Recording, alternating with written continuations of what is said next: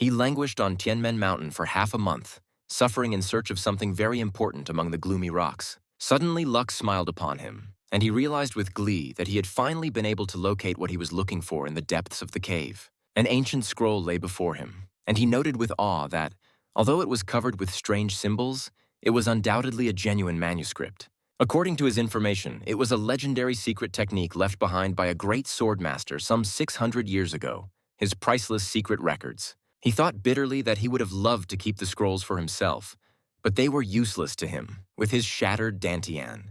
Plus, he realized that the other martial artists would immediately try to take them away once they learned of his find. So he decided that he needed to hide the precious records immediately before anyone noticed them. With sudden determination, he stuffed the rolled-up scroll into his mouth, regretting only that he hadn't brought some water with him. Suddenly, there was a voice behind him stating that he had finally been discovered, and he turned around sharply, seeing the two. One of the people who entered, Mo Yang-su, the head of the Golden Dragon clan, asked with interest if the blood cult spy had found the secret records of the swordmaster. The lad hastened to assure the lord that he was here, had found the scrolls and had them safely hidden, ready to give them up in exchange for the fulfillment of his promise. The elder beside Mo Yon-su, Baek Wihyan, one of the alliance elders, hummed, mentioning that he had heard of this promise, the one who wanted to get rid of the bloodworm in his chest. Mo Young-su confirmed with icy calmness that this was the case, and his hand slowly lay on the hilt of his sword, foreshadowing trouble. But then he coldly declared that there was absolutely no need for them to fulfill their promise, and his sword left the scabbard with a whoosh. He added with a chuckle that even if they did remove the bloodworm, the poor guy would still have nowhere to go back to, and asked if he wasn't right. Mo Young-su called the guy Seo Woon-hui from the Shining Earth clan, recalling his exile after the destruction of the Dantian due to the infuriating Kai. He continued with the story of how Seo Un-hui had been kidnapped by a blood cult 10 years ago, and a vile bloodworm had been placed in his chest. From that terrible moment on, the unfortunate man was forced to become a will-less puppet of a sinister blood cult, bereft of his own will. Mo Young-su wondered with a sneer where Seo Woon-hui would go even if he somehow miraculously gained his freedom, or if he was wrong about something again. Seo Woon-hui looked at his ruthless interlocutor, thought that he had really found out everything about him, and tensely asked what he meant. Mo Young-su, with his sword at Seo Woon-hui's throat, imperiously demanded to give him the swordmaster's secret records, leaving him no choice. With a caustic smirk, Mo Young-su suggested that if he just handed over the records, he would consider extracting the bloodworm. So be it. Seo Woon-hui, seeing his reflection in the blade, calmly replied that the secret records were hidden in a place known only to him. He reminded Mo Young-su of his situation, emphasizing that he wasn't asking for special privileges like acceptance into an orthodox sect. His only desire was to leave the blood cult and live like a normal person, so he offered to rid him of the worm first, and then he would gladly give up the records. Elder Baek Wihyang, who was observing this, chuckled as he recognized that Seo Woon-hui was undoubtedly very cunning in his demands. Suddenly, Mo Young-su struck a blow and the sword pierced Seo Woon-hui, making him shudder with unexpected pain and betrayal. Mo Young-su grinned gloatingly, saying that it was obvious that the lowly spy was hiding something, and he bet that he was hiding the records inside his body. With horror and despair, Seo Un-hui realized that these scoundrels had been planning to kill him from the beginning, with no intention of keeping their promise. Mo Young-su coldly advised him not to hate them so much while Seo Woon-hui fell down, bleeding from a mortal wound. He added with a cynical smirk that Seo Un-hui was destined to die the very moment he became a spy. As he was dying, Seo Un-hui cursed his fate, wondering how he had gotten to such a horrible and unfair life. At this moment, 2 pieces of the broken scroll that he had so desperately tried to preserve at the cost of his life fell out of his body. Mo Young-su was stunned, exclaiming in surprise, were the secret records really hidden inside Seo Woon-hui's body? Suddenly, blue flames started oozing out of Seo Woon-hui's body, and Mo Young-su was confused, wondering what was going on and why this fire wasn't hot. Seo Woon-hui's consciousness was fading away, and he thought, what difference does it make anymore? But if there is a second life, then let it be different. He hoped with a quiet chuckle that his next life wouldn't be as miserable as this one as his consciousness dissolved into darkness. Suddenly, he woke up from the piercing cold to the loud laughter of 2 men who mockingly shouted for him to look at himself. Feeling his body, he was surprised to note that there were no scars from cuts or marks from recent burns. Suddenly, he heard a painfully familiar mocking voice calling him a pathetic donkey, and he instantly recognized the voice. In front of him stood Song Juabak and Song Woohyun, the self-proclaimed dual Hunan Taoists who had joyfully announced his awakening, and he anxiously wondered if they were the same infamous black and white twin ghosts from the blood cult. He looked at his reflection in surprise, wondering why they looked so young, and remembered that he had just died from the blue flames. One of the guys with the bucket of water exclaimed in amazement at what was wrong with him and why he was so surprised to see his dazed face. Seo Un-hui realized in shock that he was seeing himself as a young man and couldn't believe his eyes, not understanding what was happening. The other guy kicked him forcefully, shouting that he still hadn't sobered up, and Seo Un-hui groaned painfully from the blow. They rudely demanded that he get up and pay while Seo Un-hui lay on the floor trying to recover from the pain. He moaned that it hurt like hell, feeling every bit of the reality of this incredible moment shrinking from the pain. This pain was too real for everything that was happening to be a mere dream, and he began to realize the gravity of the situation. He abruptly grabbed one of the guys by his clothes, demanding to know what date today was, to which the guy asked in surprise what he was talking about. Seo Un-hui persisted in repeating the question about the number, puzzled as to why it was such a difficult question, and the man finally answered that today was the 9th of August of the 11th year of the 60-year cycle. The 11th year ran through his mind, and if today was indeed the 9th of August of the 11th year, it was incredible. It was exactly 10 years before he died, and he couldn't believe such luck, and the guy only remarked that he was drinking a lot and had gone off his head. Seo Un-hui suddenly burst into loud laughter, grabbing the guy's head with overwhelming emotion and relief. He tearfully shouted how happy he was to see them while he tried to break free, complaining that Seo Un-hui was cold. Suddenly he froze, realizing that if this really was 10 years ago, it was changing absolutely everything about his fate. Meanwhile, elsewhere, someone muttered that there were so many guests at such a late hour and asked someone to come out and greet them, yawning. At that very moment, a group of masked assassins swiftly attacked, their swords glittering in the night, bringing death and destruction. A young boy yawned and walked out of the room, screaming in horror as he saw the carnage unfolding before him. Seo Un-hui frantically went through his things, muttering that he had to prepare and desperately looking for something important. One of the guys asked if he had any money, and the other warned menacingly that if he didn't want to die, he had to get out of here now. The third guy notices that Seo Un-hui is behaving as usual, and he feels like he needs to teach him a lesson by not understanding his strange behavior. Finally, Seo Un-hui exclaimed triumphantly that he had found it, and looked fondly at the only memory of his mother, Saddam's sword. He bitterly remembered how he had regretted losing this sword in his previous life, and decided that even if escape was the first priority, he should take this sword with him. Suddenly, there was a deafening scream that made him clamp his ears and shudder at the suddenness and loudness of the sound. He was frightened to think what it was, and for a moment he thought he was deafened by that terrifying scream. More desperate cries for help came from outside, and the trio of boys looked around puzzled, not understanding the source of the noise. One of them asked the other if he heard it, and the latter confirmed that the sounds were clearly coming from the street, getting louder and louder. Seo Un-hui, however, thought gloomily that it was too loud to come from outside, and a bad feeling swept over him. He realized that now was not the time for discussion, for those desperate cries meant only one thing. It had begun, and they had little time. The boys at the door asked fearfully who these people were and what they should do, looking to their older brother for advice in this unclear situation. Seo Un-hui forcefully pushed them away, shouting for them to move over and let him see what was going on outside.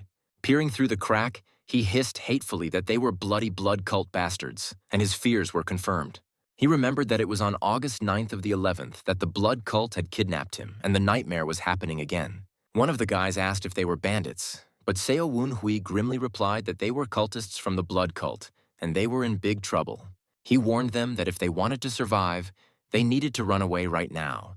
But those still doubted if they were really the cultists they thought had long since disappeared. Seo Un-hui sarcastically suggested that they go down and ask the cultists themselves, adding that he didn't know how they were, but he was getting off. The boys looked at each other confusedly, and one asked the other if they should follow his example, to which he hesitantly agreed.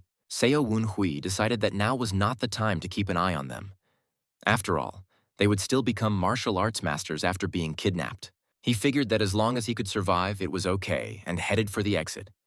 But suddenly his companions froze in surprise. One of them, thinking, remembered that there was another man with them, and called anxiously to the young gentleman. Seo Un-hui stopped abruptly, horrified to realize that Ah Song, the idiot, had also arrived with them, and he had completely forgotten about him. He remembered that Ah Song was the only one who was on his side in the Shining Earth clan, and he couldn't abandon him. He was determined that he couldn't abandon someone who was like a brother to him, while Ah Song slept peacefully drooling on his pillow. Seo Eun-hui burst into the room, shouting loudly for Ah Sung to get up, and the latter jumped up fearfully, swearing that he hadn't slept.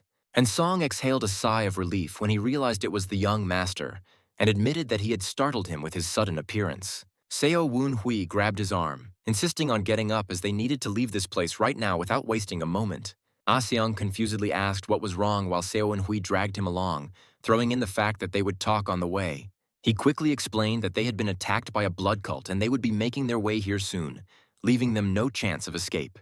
Ah Seong incredulously interjected about the blood cult, but Seo Woon-hui interrupted him, demanding that he just take his word for it and hurry up. Ah Sung agreed, but said that the exit was in the other direction, to which Seo Woon-hui sharply replied that they couldn't go that way. He anxiously reported that the entire city was surrounded, and they would be caught as soon as they got outside, leaving them no chance of escape.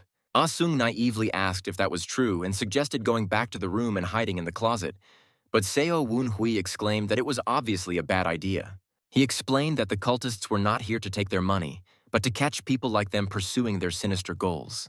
At that moment, the door swung open and a cultist appeared on the doorstep, making Ah Seong shriek in horror, and Seo Woon-hui added that they would search all the obvious places first. He cited the closets where the cultists had already massacred others, leaving them no chance of survival. Or large pots where they would also be quickly found, as these are all too predictable hiding places for fugitives from cultists. Ah Sung asked in desperation if they were destined to be captured and killed, but Seo Eun-hui interrupted him, shouting for him to stop talking nonsense. He stated that they needed to hide in a place where no one was waiting for them, in the most unexpected and unpredictable hiding place. He pointed to an inconspicuous door, explaining that it was the kind of place they wouldn't go in even if they thought about it because of its specifics. Ah Seong doubtfully asked if this was the place the young master was talking about while looking at the dilapidated building, and Seo Woon-hui confirmed that it was correct.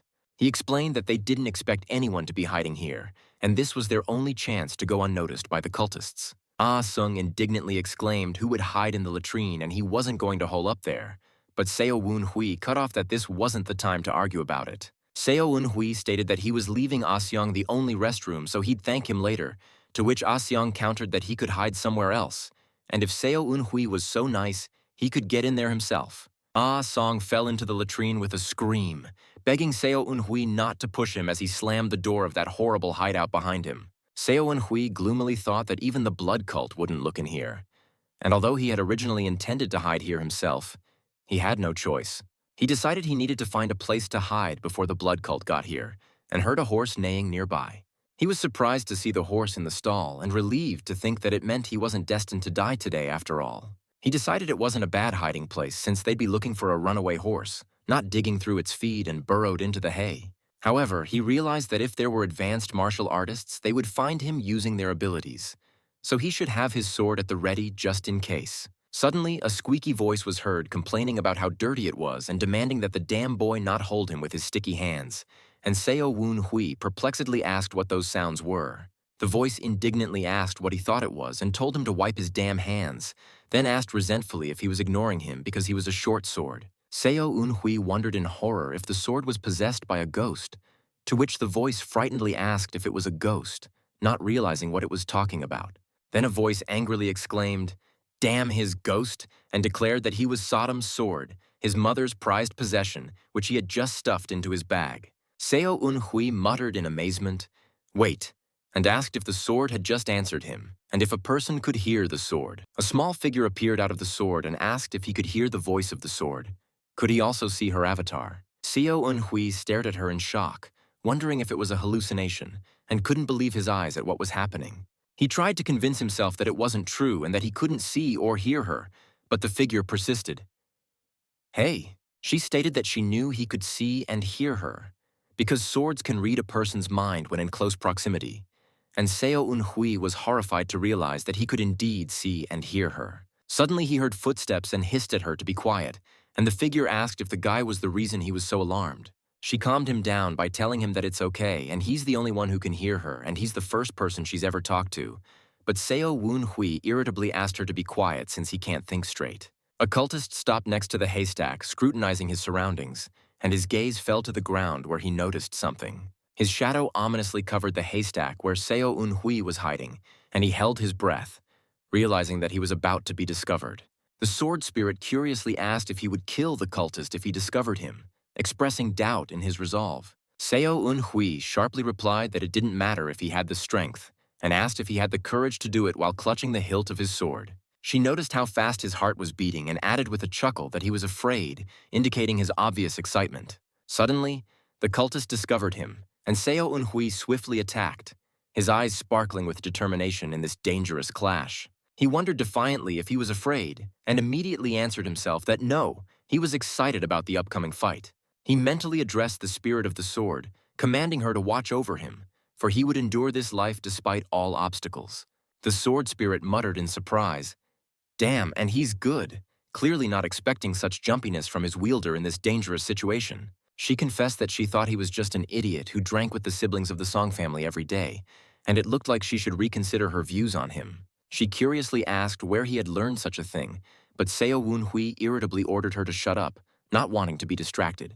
The sword spirit tisked resentfully, stating that she was talking to him in vain here, and he only sighed tiredly at her chatter. He decided he should just ignore her, but she immediately countered that she could actually hear him, reminding him of her ability. He grimly thought that the situation was getting worse, for the blood cult warriors were known to move in groups of 3 during their missions. He realized that the partners of the cultist he had killed would soon be here, and he had less and less time to escape. He realized that although he had hidden the body, it was only a matter of time before it was found, and he needed to act quickly and decisively. He figured that if he were in a similar situation, they wouldn't even try to talk to him. They would just kill him on the spot. So he needed to deal with this quickly and get out of here before it was too late, and the sword spirit hummed in surprise. She turned to him again, and he irritably asked what this time, and if she could just leave him alone so he could focus. She replied that she wished she could too, but he had a blood cult warrior behind him, so she thought he should know. Seo Un-hui turned around abruptly, shocked to realize that he had been discovered again, and his heart raced with surprise and fear. Behind him, another cultivator stood behind him and asked with a sneer if he was interrupting and advised him not to worry about him and continue on, adding that he was curious to observe or if he was done. Seo Un-hui anxiously wondered if he had been standing there for a long time, but immediately corrected himself that this belt on the cultist was much more important. He realized with horror that a brown belt meant that the warrior in front of him was a mid-ranked warrior, and his chances of victory were slim to none. He swore as he realized that he should have acted faster. After all, if it was a mid-rank warrior, he didn't stand a chance of winning with his current skills. The sword spirit asked with interest if he was going to fight and offered her help, advising him to show the full power of Sodom's short sword. But he replied irritably that he had already told her not to distract him. The cultist mockingly remarked that Seo Un-hui was overestimating himself, slowly approaching him with clear superiority. He added that it didn't look like Seo Un-hui had studied martial arts, and even if it was a surprise attack, he had massacred the low-ranked warrior impressively. The cultist stroked his chin thoughtfully, assuming that Seo Un-hui was about average, assessing his fighting ability. He then offered a deal. If Seo Un-hui surrendered right now, he would keep him alive, giving him the illusion of choice. Seo Un-hui decided to try and provoke him by saying that if he wanted to kill him, he wouldn't talk about his level. He continued that it meant that the cultist wanted to capture him, but was afraid that if he fought, he would end up like that warrior, to which the cultist astonishedly interrogated what the man had said. The sword spirit fearfully exclaimed if he had lost his mind and that he wanted to capitalize on the fact that he had provoked him. But Seo Un-hui calmly replied that everything was going according to his plan. He mentally added that he would purposely make himself look like a cocky brat so that he would act more lighthearted with his cunning tactics. The cultist chuckled, recognizing that Seo Un-hui was very bold, but his laughter sounded threatening and foreshadowed trouble. Seo Un-hui regretfully thought that he seemed to be more alert than he thought, realizing that his ploy didn't work as he had expected. The cultist noticed that Seo Un-hui seemed to want to avoid the fight by any means necessary, and his sword left the scabbard with a whoosh. He added with a chuckle that this was the time when they would test how skillful Seo Un-hui was, and swiftly attacked his opponent. The cultist sneeringly asked if Seo Un-hui was as skilled as his brain and tongue, testing his martial skills in action. Seo Un-hui thought with determination that even if he was a third-rate warrior whose dantian had been destroyed, he could still see a lot. He dodged the attack, and the cultist was surprised to note that he could still see a lot despite his condition. The cultist easily repelled his attack, stating that Seo Un-hui was moving too slowly for him, demonstrating his superiority.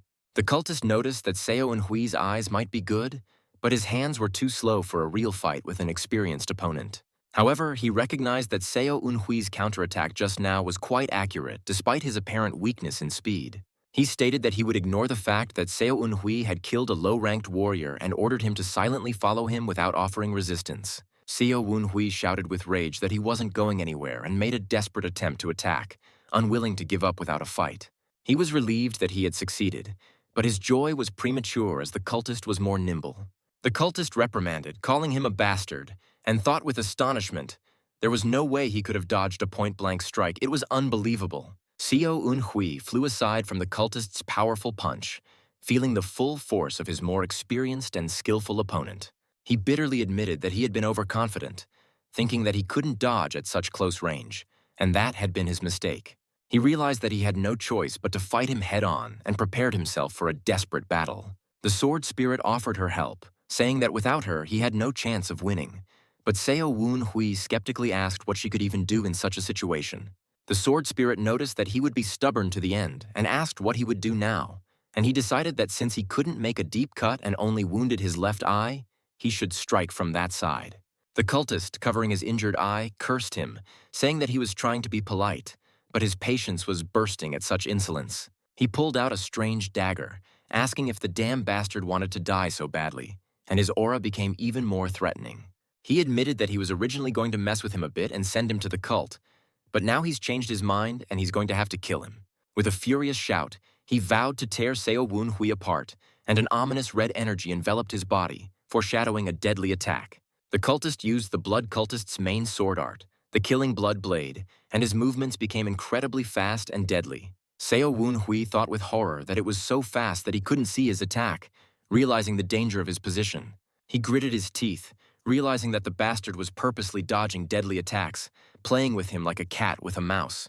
The cultist asked with a sneer as he wondered if the man had already begun to realize what he had done, continuing to bully him without giving him a chance to win. He gloatingly stated that it was too late to regret, and Seo Unhui was already doomed to die, his eyes burning red fire, foreshadowing his imminent doom. He thought with despair that he kept using the same techniques against him and wondered what he should do. Just beat it and hope for the best. Suddenly, the sword spirit shouted, warning of a strike from the front, and Seo Unhui instinctively reacted to her warning. He barely deflected the cultist's powerful blow, feeling the full force of his attack, and flew backwards, barely able to stay on his feet. With surprise, he wondered if he had been able to block the attack, not believing his luck in this dangerous clash. The sword spirit praised him, saying that he had actually blocked that attack, and if she hadn't helped him, he would have definitely died. Seo Unhui realized with astonishment that it was her voice and asked if that meant she could see the cultist's attacks. She confirmed that she told him because she had seen them, adding that the third-rate outbursts of such a worm were easy to spot. She wondered what he was going to do now and asked if she should continue to keep quiet or if he needed her help. Seo Unhui apologized for ignoring her twice and asked hopefully if she would help him in this desperate situation. She agreed, saying she would help, as she could not let a rare creature die like this, who could hear her for the first time in 41 years, to which he asked in surprise, a rare creature. She asked if he had a plan if she would spell out his attacks to him, but he said he was thinking about it, but it was difficult in his current state. He reminded him that he had counterattacked once before, so the man would not approach his sword again for fear of a repeat. He assumed that this guy would try his best to keep his distance, but the sword spirit added that, however, if he provoked him once more, then there would be a chance. The cultist wondered if and how he had blocked that last strike, not realizing where he had gotten such dexterity from. He speculated that maybe the man had figured out his swordsmanship, but immediately dismissed the thought, deciding that the man was just lucky and there was no way a third-rate like him could do that. With fury, he shouted that he would definitely finish him off and rushed into another attack, not wanting to play with him anymore. Sword Spirit asked, "Well, let's get started," and advised that first of all we should block his attacks and stall for time. And Seo Unhui replied that he understood, and asked him to just tell the trajectory of his sword. She shouted, left shoulder, but immediately corrected herself that it was a deception, and the target was on the right, and Seo Unhui successfully repelled the attack. The cultist shouted in rage that it was impossible and how he was doing it, not realizing how the latter was anticipating his movements. He felt a sharp pain and saw the bloody blood rush from the wound on his chest, realizing that his opponent was stronger than he thought. The sword spirit advised that if he was in his blind spot, he would get nervous and that would give him an advantage in battle. She added that the blind counterattack might be inaccurate, but it would be faster than last time, giving him a chance. She warned him that he would definitely make a horizontal lunge and advised him to wait a moment before attacking, and the cultist reprimanded her, calling her a damn rat. Seo Eun-hui followed her advice, dodging the attack and finding himself in a favorable position to counterattack his opponent. The sword spirit shouted now, and Seo Eun-hui struck a precise blow, taking a hint from his unexpected ally in this fight. The cultist exclaimed in amazement how such a thing was possible, not realizing how his opponent was able to anticipate his actions and strike back. He grinned to ask if the man thought he would catch him off guard, but his smugness was quickly replaced by surprise and hurt. Seo Eun-hui flew back from the cultist's powerful blow, falling onto the wooden planking, feeling the effects of his daring attack. The cultist spat contemptuously, asking if he had broken his arm, this pathetic brat mocking his weakness and inexperience. He recognized that it was impressive of Seo Eun-hui to use his blind spot, but he was still a third-rate warrior. With a cry of, "You lowlife, die!" the cultist threw himself into another attack, intending to finish him off once and for all without giving him any more chances. Seo Eun-hui repelled the attack out of his last strength, his sword colliding with the cultist's sword in a furious clash of sparks and steel. The cultist cried out in horror that it couldn't be true as Seo Eun-hui's sword pierced through him, unable to believe his defeat. Seo Eun-hui exhaled in relief as he realized that he had succeeded and he had killed him, gaining an incredible victory over a strong opponent. The sword spirit asked if he was okay and could stand, and he looked at his defeated foe and replied that yes, he was fine. She noticed that his acting was very imposing, and for a moment she too thought he had broken his arm, and he admitted that if this guy had been more focused, he would have beaten him for sure. She praised him, saying that his final attack had been pretty cool too, for by stretching out his legs and spinning, he had slit his throat, and he replied that it was possible because she was helping him, and thanked her, short sword. The sword spirit confusedly muttered, despite being a short sword, and he wondered what was wrong and why she was suddenly so excited. She indignantly replied, "What do you mean flustered? She was just mildly surprised. And if he was so grateful, why didn't he clean the blood off the blade?" Seo Eun-hui asked if she was angry, thinking she was definitely angry, but she said she wasn't and asked to clean the rust out as well, adding that his mom took terrible care of her heirlooms. The sword spirit shouted in horror, Seo Eun-hui from behind, warning him of a new danger, and he turned around sharply, ready to attack. In front of him stood a new, even more formidable cultist, surrounded by white flames, his aura inspiring fear and portending trouble. The cultist noted with interest what an amazing situation, and that he had rushed here because the two didn't return. His voice was calm but full of threat.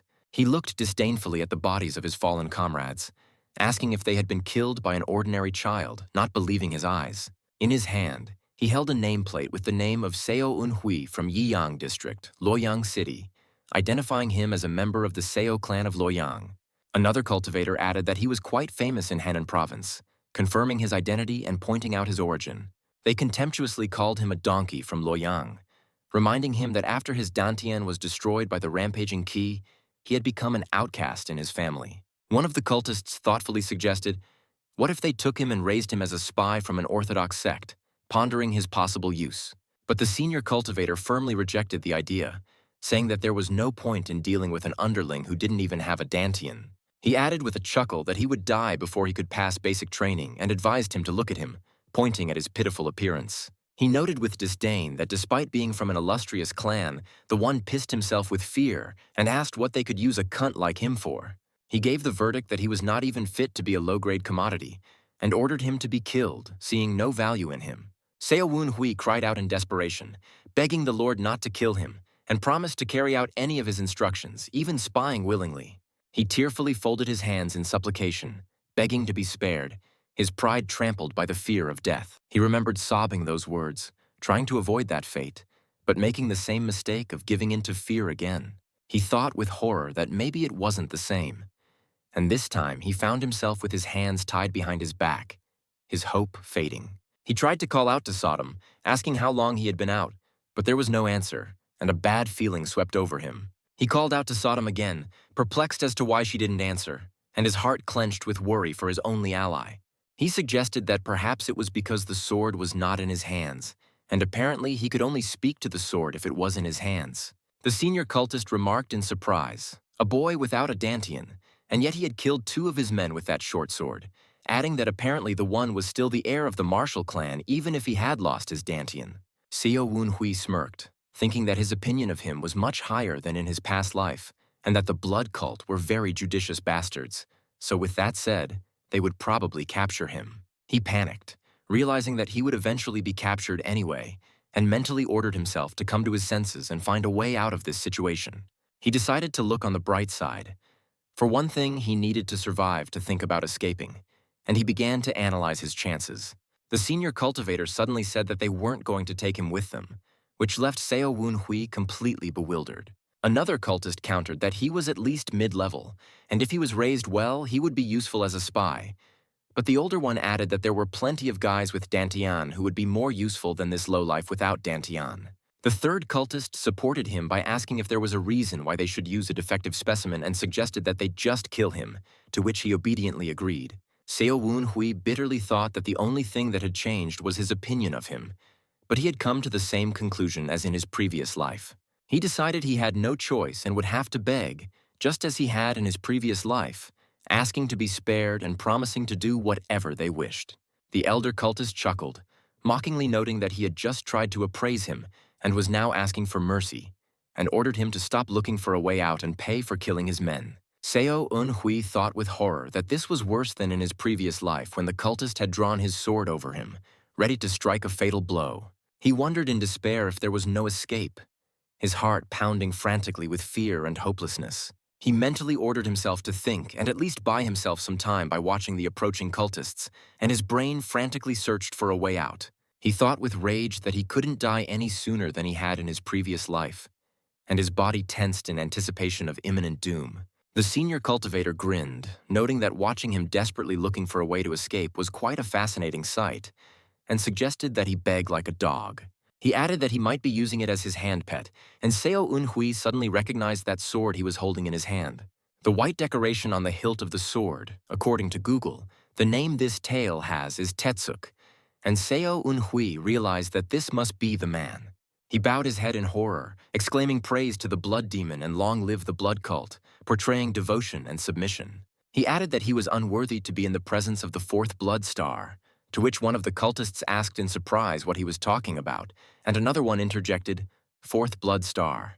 The other cultivators were also confused, perplexed as to whether the fourth blood star was here, not believing their ears and eyes. Suddenly, an imperious voice sounded out, asking why it was so noisy, and one of the cultivators muttered that there was no way someone like the fourth blood star was here. The cultivators all bowed their heads low, saluting the fourth blood star, their voices trembling with awe and fear of the powerful figure. Seo Eun-hui remembered that 11 leaders lead the blood cult, the 4 honorable and 7 blood stars, the elite of this sinister organization.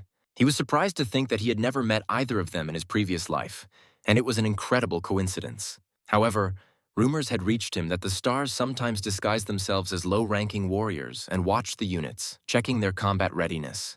He realized that it turns out these rumors were true, and he was indeed facing one of the most influential figures of the blood cult. The fourth blood star imperiously ordered him to raise his head, and Seo Eun-hui slowly obeyed, his heart pounding with fear. Do Chang-ho, the fourth blood star, noted with interest that this was admirable and he had never been caught checking before, his voice calm but full of hidden threat. He asked Seo Eun-hui how he recognized him.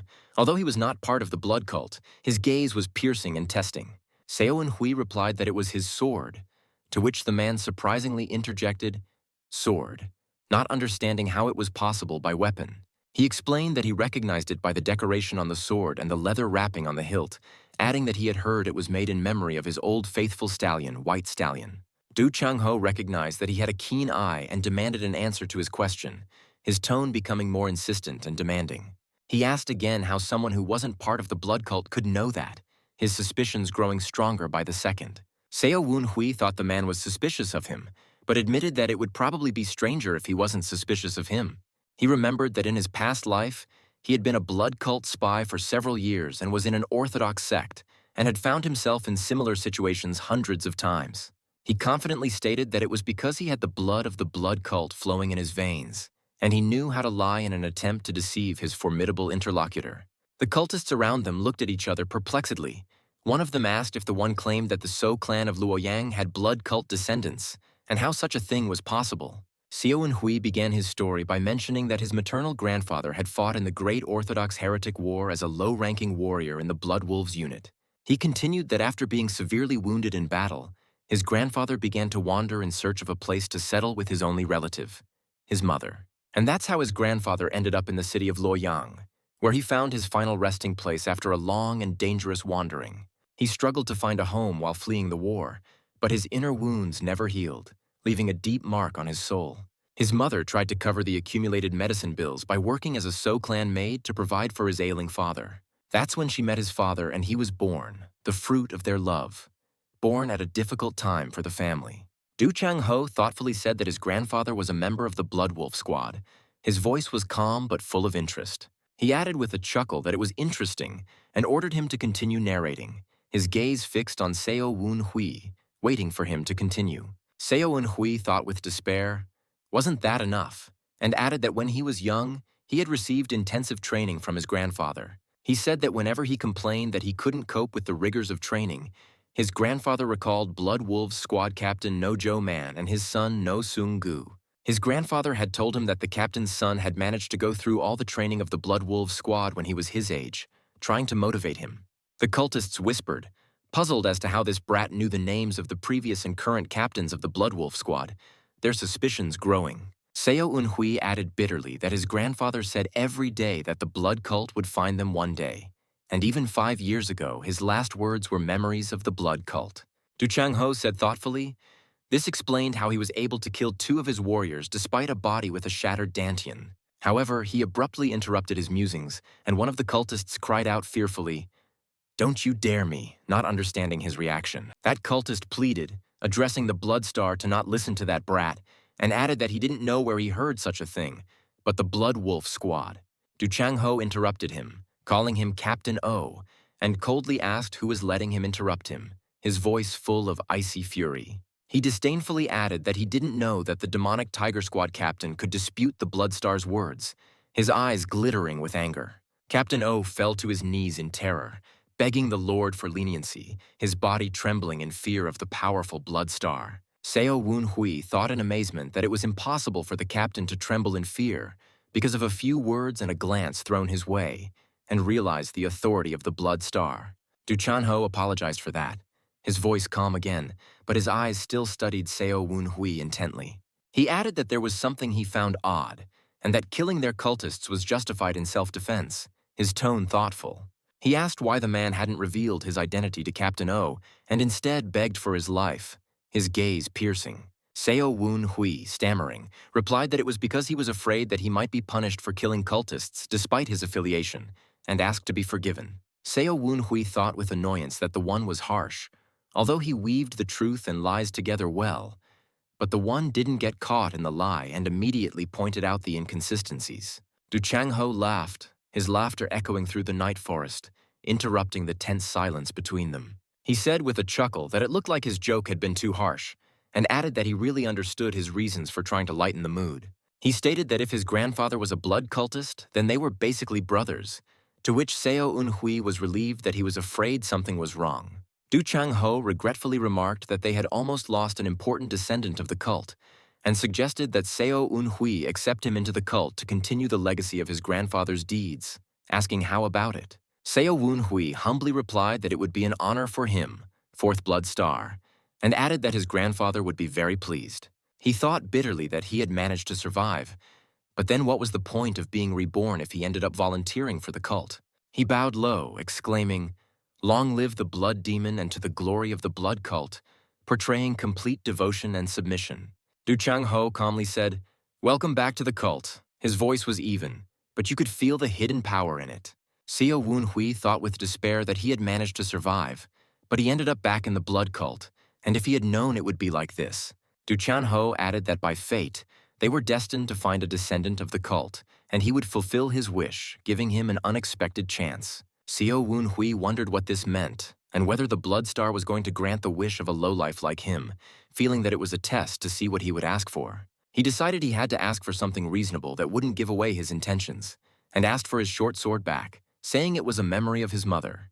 Du Changho ordered Captain O to bring a sword, but the latter objected that with this sword before he could finish his thought, Du Changho interrupted him, saying, "Captain O, don't make me repeat myself," and held out his hand, waiting for the order to be carried out. Captain O fearfully obeyed, handing the sword to his master with trembling hands, not daring to disobey his order. Du Changho twirled the sword in his hands, noticing that although it was old, it was still a good short sword, assessing its quality. He added that he must pay for spilling the blood of their warriors, his voice turning cold and threatening. He stated with icy calmness that he expected the next swing of that sword to be deliberate. His words sounded like a warning. He lightly stabbed his finger, but that sword stabbed into the ground with such a ringing sound that Seo Unhui thought that the strength of his kui was terrifying, and believed it was his warning to him. Seo Unhui was relieved that he might still be suspicious of him, but for now, he was alive, and that was what mattered. Captain O impatiently asked how long he was going to sit there and ordered him to get up already, and Seo Unhui obediently replied that he obeyed and asked to be allowed to take his sword first, sir. He happily thought that great. He had managed to get the sword of Sodom back and tried to address the spirit of the sword, but he was interrupted. The sword spirit screamed in rage, "My hair, do you think it's okay, and how are you going to fix it?" And he thought, so it means hair, and promised to calm her down and take her to a blacksmith when he got the chance. She said with annoyance that if only she could move on her own, she would have picked a couple of weasels at him, and he grinned and thought he would have looked at that too. The sword spirit curiously asked if he was really from the blood cult and why she didn't know that. Her voice was full of surprise. He replied that it wasn't that it was a lie, but it wasn't the truth, to which she perplexedly queried what he meant, and he added that, to you I could tell the truth. She questioned fearfully, truthfully, and wondered what he was going to say that made her so tense, her voice quivering with curiosity. He asked seriously if she would believe him if he told her he was from the future, his gaze full of mystery and anticipation. Meanwhile, Du Changho ordered Captain O to send someone to Luoyang City and check on his maternal relatives. His suspicions were not going away. Captain O asked in surprise, "Sir, do you also think that—" Not finishing his thought, but his doubts were obvious. Du Changho thoughtfully said that it was doubtful about all of this, but whether he was telling the truth or not, his intuition was telling him something else. He added that the way he watched every movement of his body, trying to understand his intentions, it was like the actions of a seasoned spy. He ordered Captain O, for what it's worth, he knows too much about our cult, and to be careful with him, to which the latter dutifully replied that he understood, sir. Du Changho, looking at the wagon, thoughtfully muttered, let me clarify something." His thoughts were preoccupied with this strange young man. The sword spirit said with astonishment that he had lived the life of a blood cult spy for 10 years, but he was killed, and when he woke up, he ended up here, right? She continued that he had been reborn 10 years before his death, and after being reborn, she was able to speak to him, her voice full of amazement. She said thoughtfully, it was understandable why he didn't look like the idiot she knew, and added, "So you really are from a blood cult," and he thought with surprise, "Idiot. So that's what you thought of me." She sympathetically remarked that as luck would have it, he was really unlucky, after all he'd been through, to be allowed to live 10 years again, only to be kidnapped again by a blood cult. She added reproachfully that everything would have gone smoothly if he had just dumped Asung, but Seo Unhui replied firmly, no, he couldn't do that. He remembered with warmth that Ah Song was the only one who had treated him humanly in his entire life, and that was priceless. Furthermore, he added bitterly that in his past life, Ah Song had died protecting him, and that sacrifice was forever in his heart. It was a debt he had kept in his heart the entire time he had been in the cult, and today, he had finally managed to settle it. He decided it didn't matter anymore, and now he had to worry about surviving, and the sword spirit hummed thoughtfully. She asked in surprise if he was going to be an errand boy again after being used for 10 years, to which he confusedly interjected, "Errand boy." She confirmed, yes, and added that information was a weapon, so he was best armed, and he should know it better than anyone else because he was a spy. She continued that he knows all the events that could affect him badly, which means he can avoid them, or conversely, he can turn things around for the better. Seo and Hui was surprised to think that she was right, and why was he worried about survival if he had the knowledge from those 10 years? He agreed that it was a good chance, as she said, and he must take the chance properly, and she exclaimed, "That's right, he can't grovel to anyone forever." She immediately shushed him for not talking out loud. Dummy.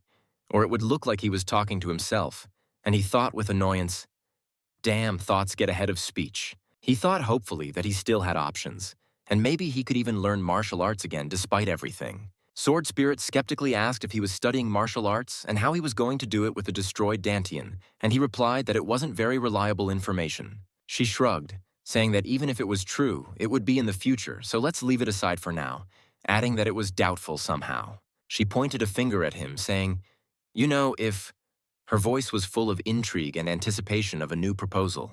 She suggested that if he could master Qi again, she could teach him martial arts, to which he incredulously asked, "Will you teach me martial arts?" She enthusiastically confirmed, "So true," adding that it's a short sword technique my previous master used, but she's the only one who knows it now. Seo and Hui thought doubtfully to study martial arts using a sword and didn't think it was possible in his condition. She asked indignantly if he had never heard the saying that even a dog could be taught to recite poetry in 3 years, and added that she bet she knew a lot more than he did. She impatiently said, "Look, now I'm going to tell you the basics of martial arts, so—" And he reluctantly agreed, "Okay, fine." Suddenly blue fire enveloped his body and he screamed in horror.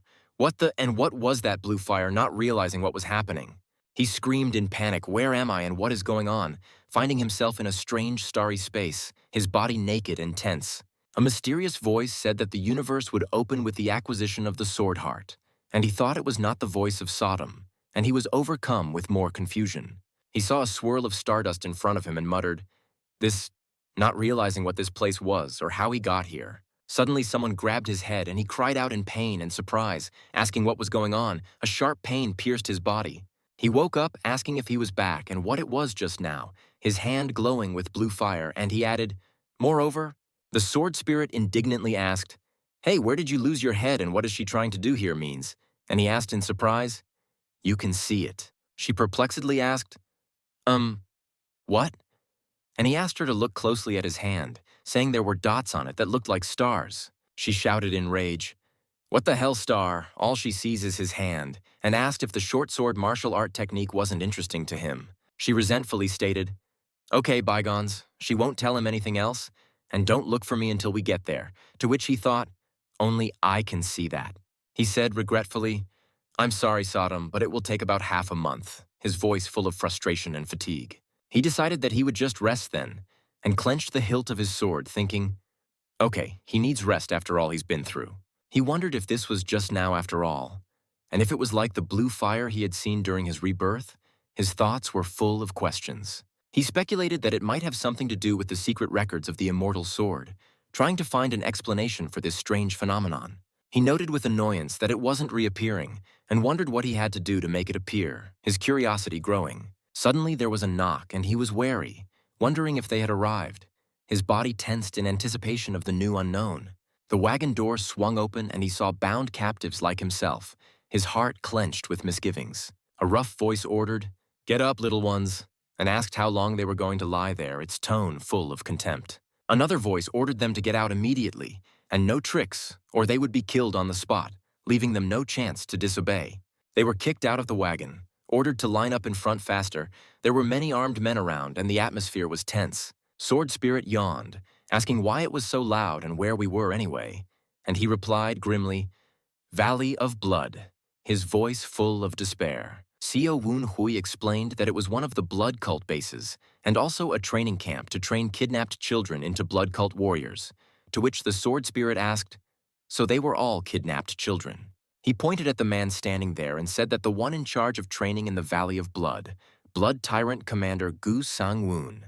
Suddenly someone called out to him, "Hey donkey from Loyang," and Seo Un-hui turned around in surprise, asking who it was, not recognizing the voice. Juabak and Wu Yun stood in front of him, noting with a chuckle that he acted like he knew everything ahead of time. Yet he was caught. Seo Woon-hui said he hadn't seen them, so he thought they'd managed to escape, and added that he was happy to see a familiar face, noting that apparently black and white twin ghosts are destined to be. Wu Yun asked in surprise, "Huh, why are you tied up?" not understanding what happened to their acquaintance after escaping from the wagon.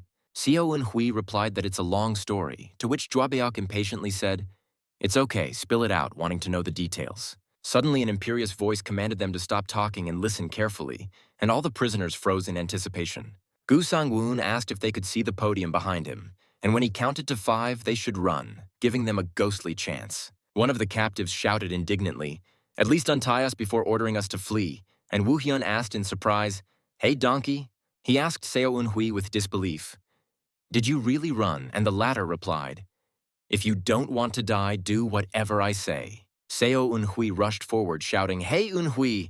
And Wu Hyun asked perplexedly, not understanding his sudden impulse. Juabak shouted, seriously, and demanded an explanation of at least what was going on while Seo Eun-hui ran further and further away from them. One of the cultists said with a chuckle, "What the hell? I don't understand what's going on. But it's better to run." And Wu Hyun agreed, "You're right." Suddenly, one of the captives screamed in terror as he was pierced by the cultist's sword, and blood gushed from the wound, staining the ground. Juabak shouted in horror, his older brother behind him, and Wu Hyun turned around, cursing, "What the fuck?" seeing the new threat. He exclaimed with despair again and added, "Everything is going as he said," realizing that Seo Eun-hui knew about it beforehand. Juabak said, "Damn it, Wu Hyun, we should do whatever Eun-hui does," and the latter replied, "I don't know what's going on, but I think it'll be okay if we follow him." And they decided, "Okay, I get it." One of the instructors remarked in amazement that he had never seen this happen before, observing the strange behavior of the captives. The other instructor said thoughtfully that the boy bowed his head before he had been taught to do so, and added, "Sir, I think this is the child reported by Captain O." The instructor remembered that exactly, for there had been such a report that he was supposedly a descendant of a cultist. His words confirmed the other's guess.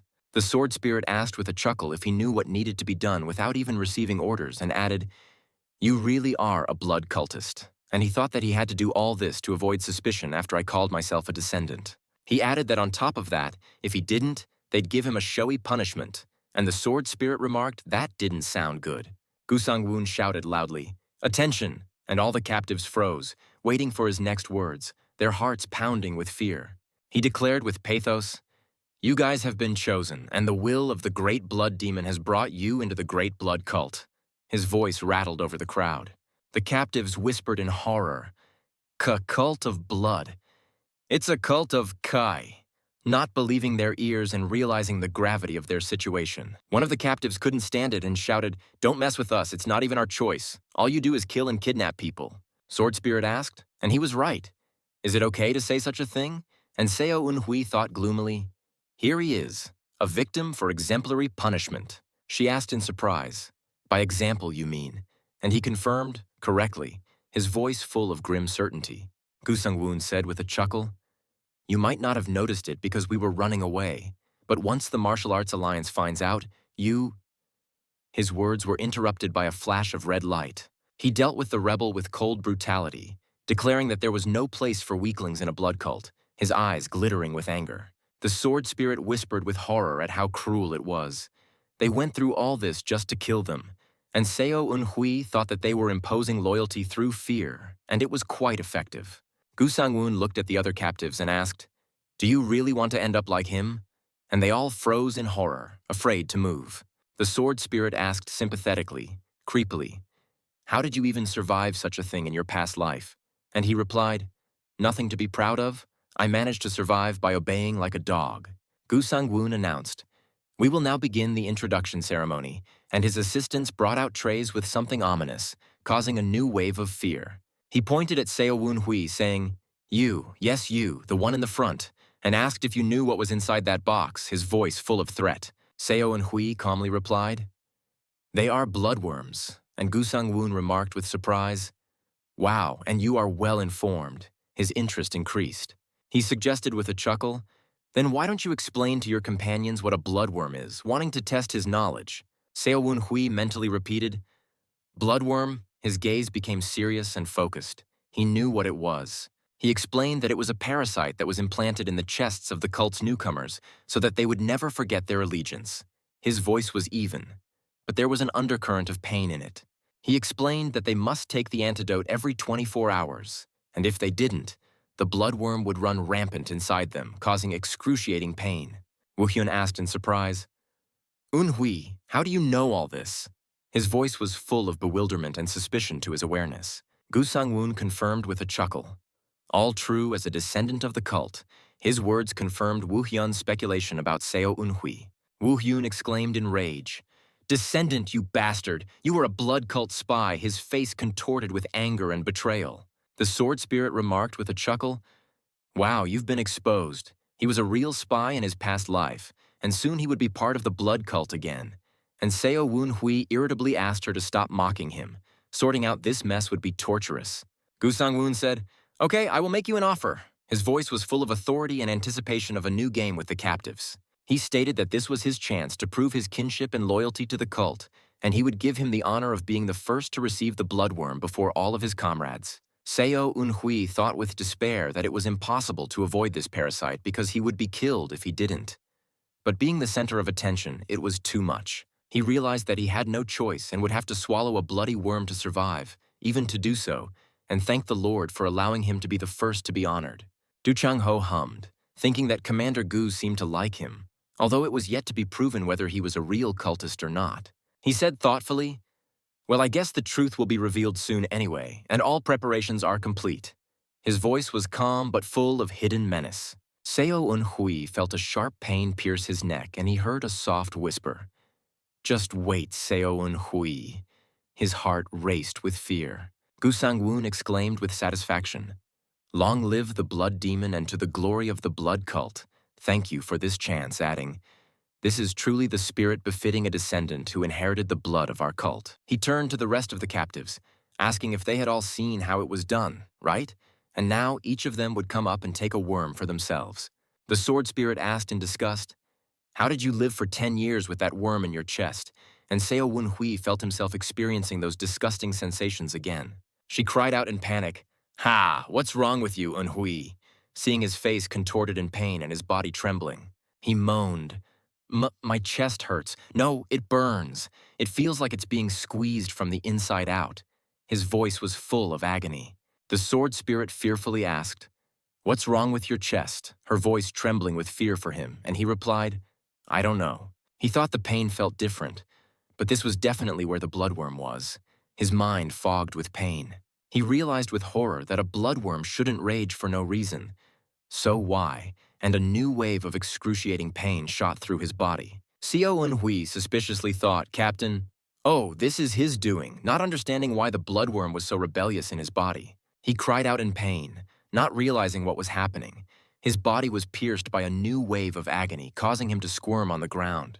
Du Chang-ho asked with a chuckle, "The bloodworm in your chest raged," his voice full of gloating and satisfaction. He added that for a person claiming to be a descendant of a cultist to suffer so much during this sacred ritual. "Seo!" Eun-hui shouted in rage. "You scumbag, what did you do to the bloody worm in my body?" His voice was full of hatred and despair. Gu Sang-woon asked Do Chan-ho what was going on and if Captain O was okay after seeing his strange behavior, to which the latter replied, "Yes, Commander." Du Chang-ho assumed that he must have awakened the worm while swallowing it. But Seo Eun-hui thought that he couldn't have made a mistake after all. This wasn't his first bloodworm. Captain O ordered him to turn around, saying that he made the bloodworm fall asleep with a simple Kai technique, to which Seo Eun-hui surprisingly asked, "What, you personally do that, Captain?" Captain O asked with irritation, "Do you think I'm doing this because I want to?" and added that the other students are waiting because of you, ordering you to turn around now. Seo Eun-hui was surprised to think, it wasn't Captain O who did this. And his gaze fell on Ah Seong, who looked very worried. He felt the pain move to his lower abdomen, and it was like his body was pierced by a sharp pain again. He shouted in panic, "And wait, I'm already fine, please step back." But Captain O said, "What are you talking about? Just look ahead. You'll get an internal injury if you get hit in the wrong place." Captain O ordered him to tense his lower abdomen, and Seo Eun-hui thought with horror, "No, this feeling," he was overcome with a bad feeling. He thought with despair, "This must be it, I'm sure of it, please don't," and pleaded with the captain to step back. Suddenly, Seo Woon-hui made an obscene sound, and Captain O bounced to the side, his face contorted in disgust and surprise. Captain O, stammering, mumbled, "I warned you that." And Seo Woon-hui, burning with embarrassment, whispered, "I'm fine." The sword spirit laughed, saying, "Ha ha ha ha ha ha ha ha ha. I can't believe you farted on him, ha ha ha ha." And Seo Eun-hui asked with annoyance, "How long are you going to mock me?" She replied, "The more I think about it, the funnier it gets. It was boring here, so thanks for that." And he said, "I get it, so stop. I feel terrible here." She asked with a chuckle, What's so horrible about it? It's the farts, ha ha ha ha ha. And he thought with annoyance, ha, it's all about the bloodworm. He thought with relief. The pain was gone. The heaviness in his chest was gone. It was a refreshing feeling, as if his body was beginning to return to normal. Ah Song angrily demanded Seo Un-hui to tell them where they were being led, rudely calling him a minion of the cult, but he remained unfazed. Seo Un-hui admitted to Ah Seong with a slight chuckle that he was not omniscient, while the sword spirit Sodom quietly watched their conversation about the bloodworm. Ah Song shouted from afar, accusing Seo Un-hui of acting low for the sake of recognition, to which he only wondered what was the point of standing out in the cult. Despite Ah Seong's tenseness, Seo Un-hui maintained an outward calmness as he waited for further developments in this gloomy place. Du Chang-ho, the fourth blood star, suddenly appeared and menacingly announced the start of the rank test, demanding the recruits' full attention. Seo Un-hui was surprised to recognize Do Chang-ho, pondering that his intervention had changed the course of events, since a different captain had conducted the test before. Du Chang-ho pointed to the dark caves behind him with a sinister smile under his mask, promising the recruits a very simple test. He explained that in each of these creepy caves, an examiner from the cult awaited them, ready to evaluate their hidden talents and abilities. They were then shown 3 ranking plaques, high, medium, and low, promising the appropriate grade for the upcoming test. Du Chan-ho, addressing the crowd of captives, emphasized that their ruthless cult valued solely the abilities and strength of each individual. To back up his words, he displayed his blue belt, which was the unmistakable mark of a warrior of very high rank in their cult. He enticingly promised that a warrior who reached a high rank due to his talents would have the hated bloodworm removed, and it was an incredible reward. The words about extracting the bloodworm caused the captives, especially Ah Song, to burst into a storm of emotions and desperately hope to become a high-ranked warrior. Seo Un-hui bitterly watched the enthusiasm of the crowd, realizing that they, blinded by hope, were imperceptibly turning into true cultists. Suddenly, Do Chang-ho raised a whistle to his lips, reminding him reproachfully of his order not to make a scene, and Seo Un-hui was startled to recognize the sound. Seo Un-hui immediately bent over in sharp pain, grabbing his head, much to Ah Seong's surprise, as he didn't realize what was happening to his friend. And Song wondered why Seo Un-hui was reacting so strangely, because although the whistle was loud, it shouldn't have caused such a reaction. Sword Spirit Sodom anxiously asked if he was all right, seeing Seo Un-hui squirming in pain from that piercing whistle. He realized with horror that the bloodworm inside him was reacting frantically to the sound of the whistle, causing him unbearable suffering. However, after looking at the other agonizing captives, Seo Un-hui was surprised to realize that despite whistling, he himself no longer felt any pain. Du Chang-ho grinned, noting that although he had spoken of high-ranking warriors, only 2 or 3 would be able to honestly achieve this, predicting them to live with the worm. And Sun, breathing heavily and clinging to the ground, swore with despair that there was no way he would accept such a terrible fate and not live with that damned worm. Seeing that many were still in pain, Do Chang-ho angrily ordered them to rise immediately, not wanting to see their weakness and procrastination. Seo Un-hui, noticing that Ah Song and the rest of the guys had recovered, thought with some uncertainty that the bloodworm in his chest was no longer there. Sword Spirit Sodom suggested that he couldn't sense the worm because he was plugging his ears, but Seo Un-hui dismissed the thought, knowing it wouldn't stop the parasite's rampage. He regretfully thought that if he had a whole Dantian, he could have easily checked the condition of his body with his internal Kai energy.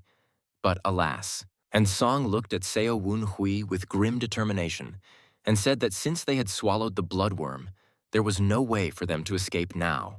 He disdainfully declared that he was superior to a bastard without a Dantian like Seo Un-hui, and was going to quickly rise to a high rank to extract the worm and take revenge. Seo Un-hui, after listening to this angry tirade, only looked at Ah Seong in bewilderment, completely unaware of what he was talking about and what he wanted.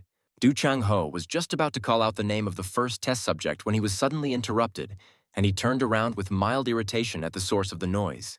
It turned out to be Ah Song, who shouted loudly and defiantly to the captain that he was burning with an overwhelming desire to be the first to pass the damn rank test. Sudam snidely asked Seo Un-hui if Ah Sung was pouting because he hadn't told him something earlier, to which Seo Un-hui only brushed it off irritably.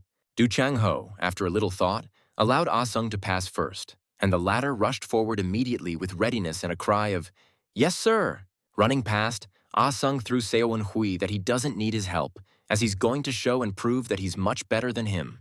However, Before he could even take a few steps, Ah-song was suddenly and very violently thrown to the ground by an unknown force with a loud cry of pain.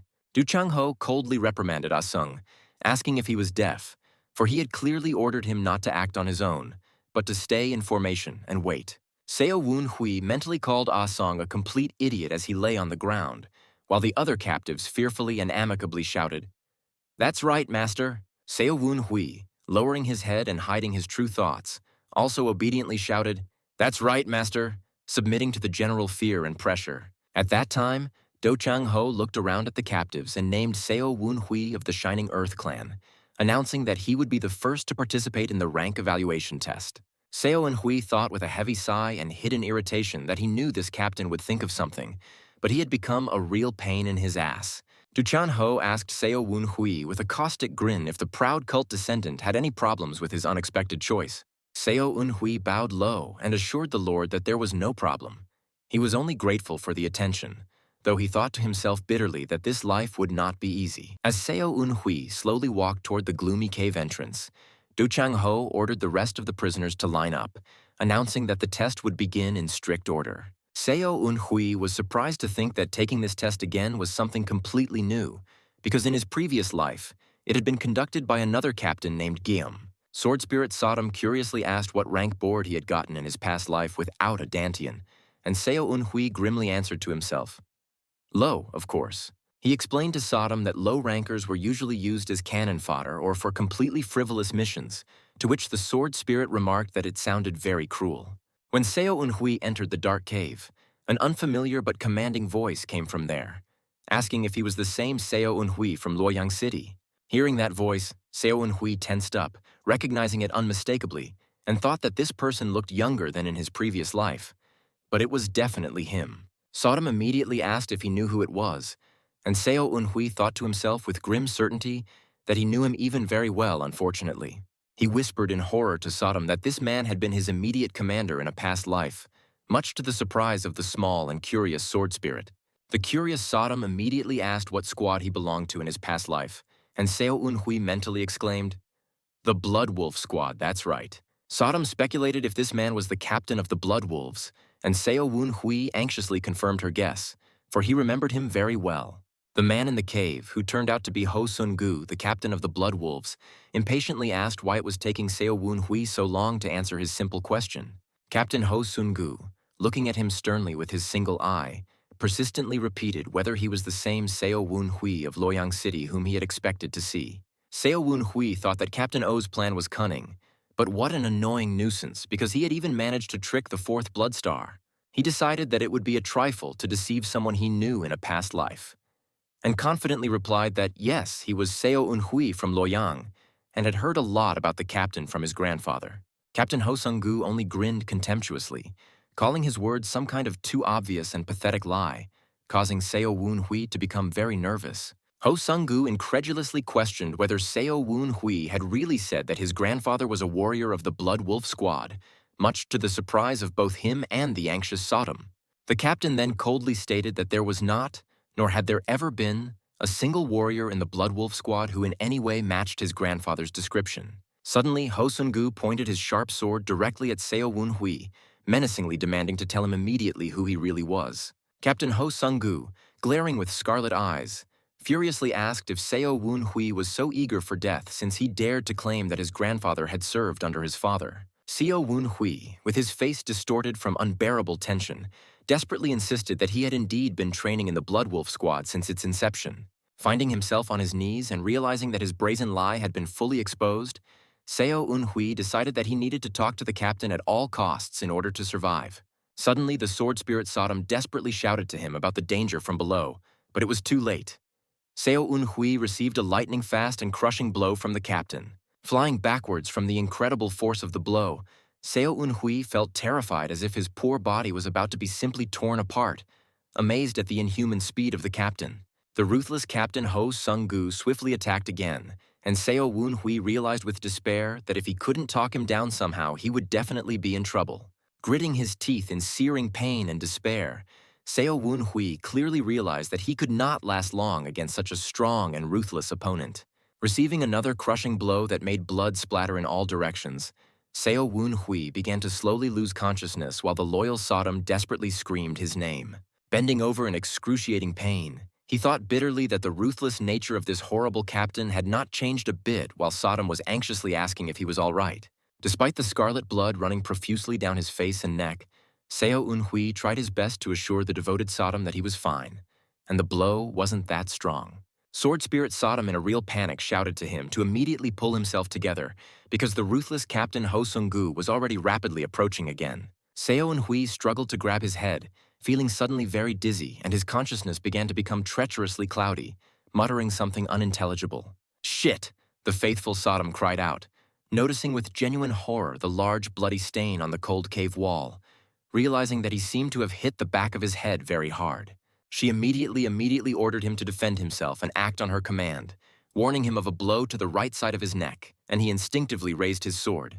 At the very last moment, as the deadly blow was about to reach its target, Sodom shouted loudly, "Now, block!" and he put up a block with his last strength.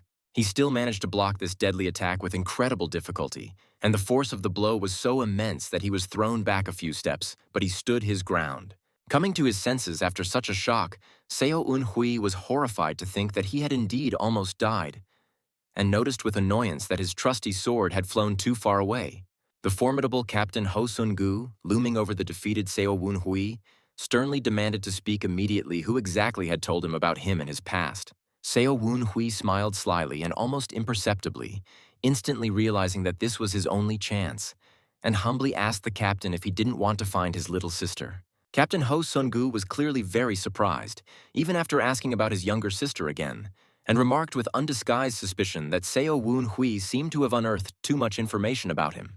Captain Ho Sun-gu, while pinning Seo Woon Hui with his boot, coldly remarked that he didn't seem to know that his sister had long since died, and that was a fact. But Seo Woon Hui, overcoming the pain, angrily shouted out that his sister Sehwa was alive, for she had just been kidnapped on that horrible day when their father was killed. The captain dismissively called bullshit, but Seo Woon Hui immediately objected, asking about the corpse he saw and why only her poor body was burned. He stated with unwavering certainty that it was a fake and she was still alive, slyly suggesting that the captain negotiate if he wanted more details. Captain Ho Sung-gu stood over the defeated Seo Woon Hui, his huge sword thrust into the ground very close by as he pondered this incredible information. He was greatly surprised, thinking to himself that Seo Woon Hui even knew her real name, which added weight to his completely insane words. The captain slowly pulled his sword out of the ground, recognizing that it looked like this strange guy really wasn't bluffing, and it was very unexpected. He straightened up and, looking at Seo Eun Hui lying there, reluctantly agreed to listen to what he had to say, though doubts still plagued his stern soul. Then the captain added imperiously that he would decide later whether to negotiate or not, and immediately demanded to know where his sister Sehwa was now. Seo Eun Hui, still lying on the ground but already somewhat hopeful, calmly replied that she was at the Blossoming Moon Trade Association. Upon hearing the name Blooming Moon, Captain Ho Sung-gu turned around abruptly, as if this name had awakened some very long and dark memories in him. He was horrified to think that this trade association belonged to the First Blood Star, and the terrible conjecture of his father's death began to take on a horrifying shape. Seo Eun Hui confirmed with an understanding grin that the captain had already realized that he was the one who wanted to stir up the thirst for revenge in his heart and control the squad. He directly called out the name of the First Blood Star, Jang Ryong, claiming that this treacherous person was the one behind the whole horrible plot against his family. Captain Ho Sung-gu cried out that this was utterly absurd, for the wounds on his father's body were definitely inflicted by people from the orthodox sects, not his own. Seo Eun Hui asked with icy calmness if the captain had seen those wounds with his own eyes, making him hesitate for a moment. He slyly recalled that the men who had discovered the sword wounds on his father's body were precisely from the very same Blooming Moon, and their leader Ho Wool. Captain Ho Sung-gu had fallen silent, deep in his heavy thoughts, and Seo Woon Hui realized that he was hesitating and needed to make one more decisive move. Then Seo Eun Hui confidently reported his sister's exact location, offering to send people whom the captain trusted immensely to confirm it. Captain Ho Sun-gu, looking at Seo Woon Hui with his one eye full of bewilderment and suspicion, finally asked who he really was. Seo Woon Hui, still sitting on the ground, asked hopefully if after all this, he could consider that they were finally able to come to an agreement after all.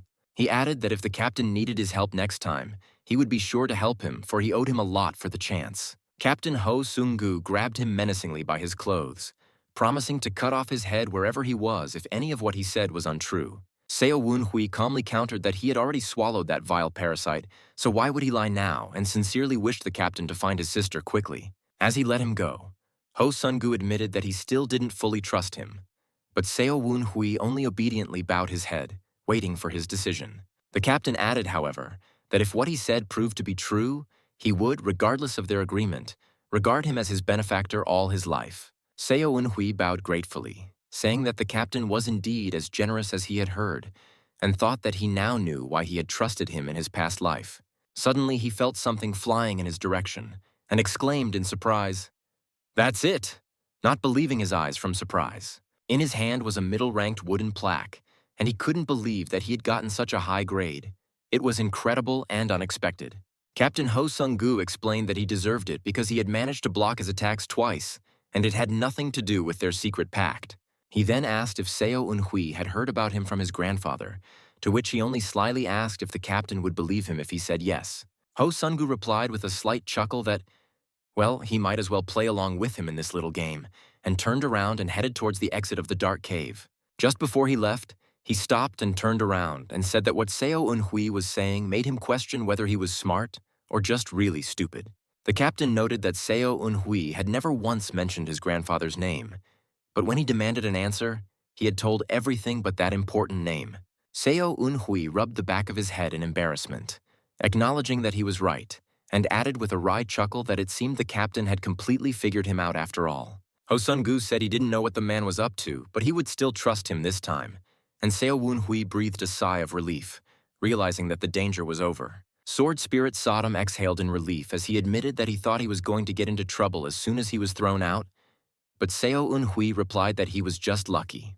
Captain Ho Sun-gu, having already left the cave, looked back thoughtfully, thinking how strange this guy, Seo Woon-hui, was after all, and very mysterious.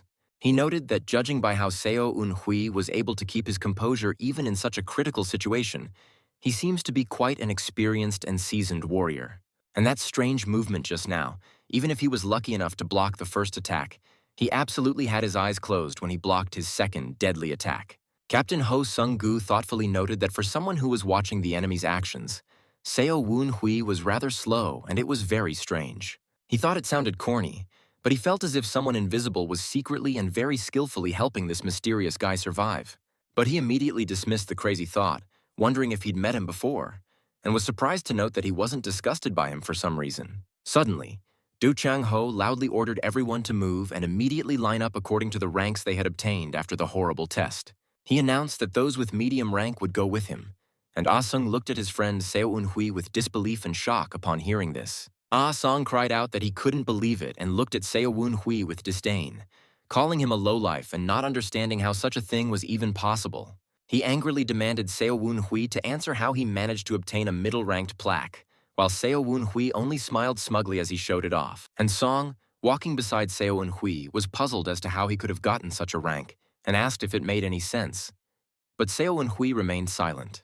He angrily asked how someone like Seo Eun-hui, who didn't have a dantian, could get a middle-rank plaque, suspecting him of special privileges. Seo Eun-hui thought with annoyance that they were like a shill in his ass, coming at him from all sides while Ah-sung vowed to beat him in the next test, and Sodom giggled. Sodom, noticing his irritation, asked if he was really being harassed from all sides, and added that, come to think of it, Captain O was pushing him too. Du Chang-ho, standing back, noticed that Seo Woon-hui remained fine even after seeing Ho Sun-gu, and that the latter seemed to be getting on his nerves by constantly looking around. Seo Woon-hui was relieved to think that Du Chang-ho might be angry about losing face in front of him. But thanks to the Blood Wolves captain confirming his affiliation, he was safe. Sodom curiously asked Seo Eun-hui what he was going to do next, since now he had at least some respite and some time. Seo Woon-hui placed his hand on his stomach and firmly stated that first, he needed to find a way to repair his destroyed dantian. That was the most important thing. Sodom recalled that he had already talked about it, but hesitantly asked how he was going to do it, since it was almost impossible to restore the dantian. Seo Eun-hui replied with a mysterious smile that he had his own special ways and asked if she had ever heard of a divine healer. He explained that he was a doctor known for being able to cure absolutely anything if only he was paid the appropriate and very high price for his services. Based on what he had heard in his past life, this divine healer had also once been able to completely heal someone's destroyed dantian, and that was his hope. Seo Eun-hui told Sodom with anticipation that the very same divine healer would come to this valley in 10 days, and then he would just have to pay for the treatment. Sodom anxiously asked Seo Eun-hui if he had left all his money at the inn, since the only thing he had now was herself. She lashed out at him in anger, pounding her fists and accusing the ungrateful bastard of intending to sell her, the memory of his mother, in exchange for healing. Seo Eun-hui panikedly assured her that it wasn't, and explained to Asun, who was perplexed as to what the bastard was doing again, that he was looking for a medicinal plant to pay for.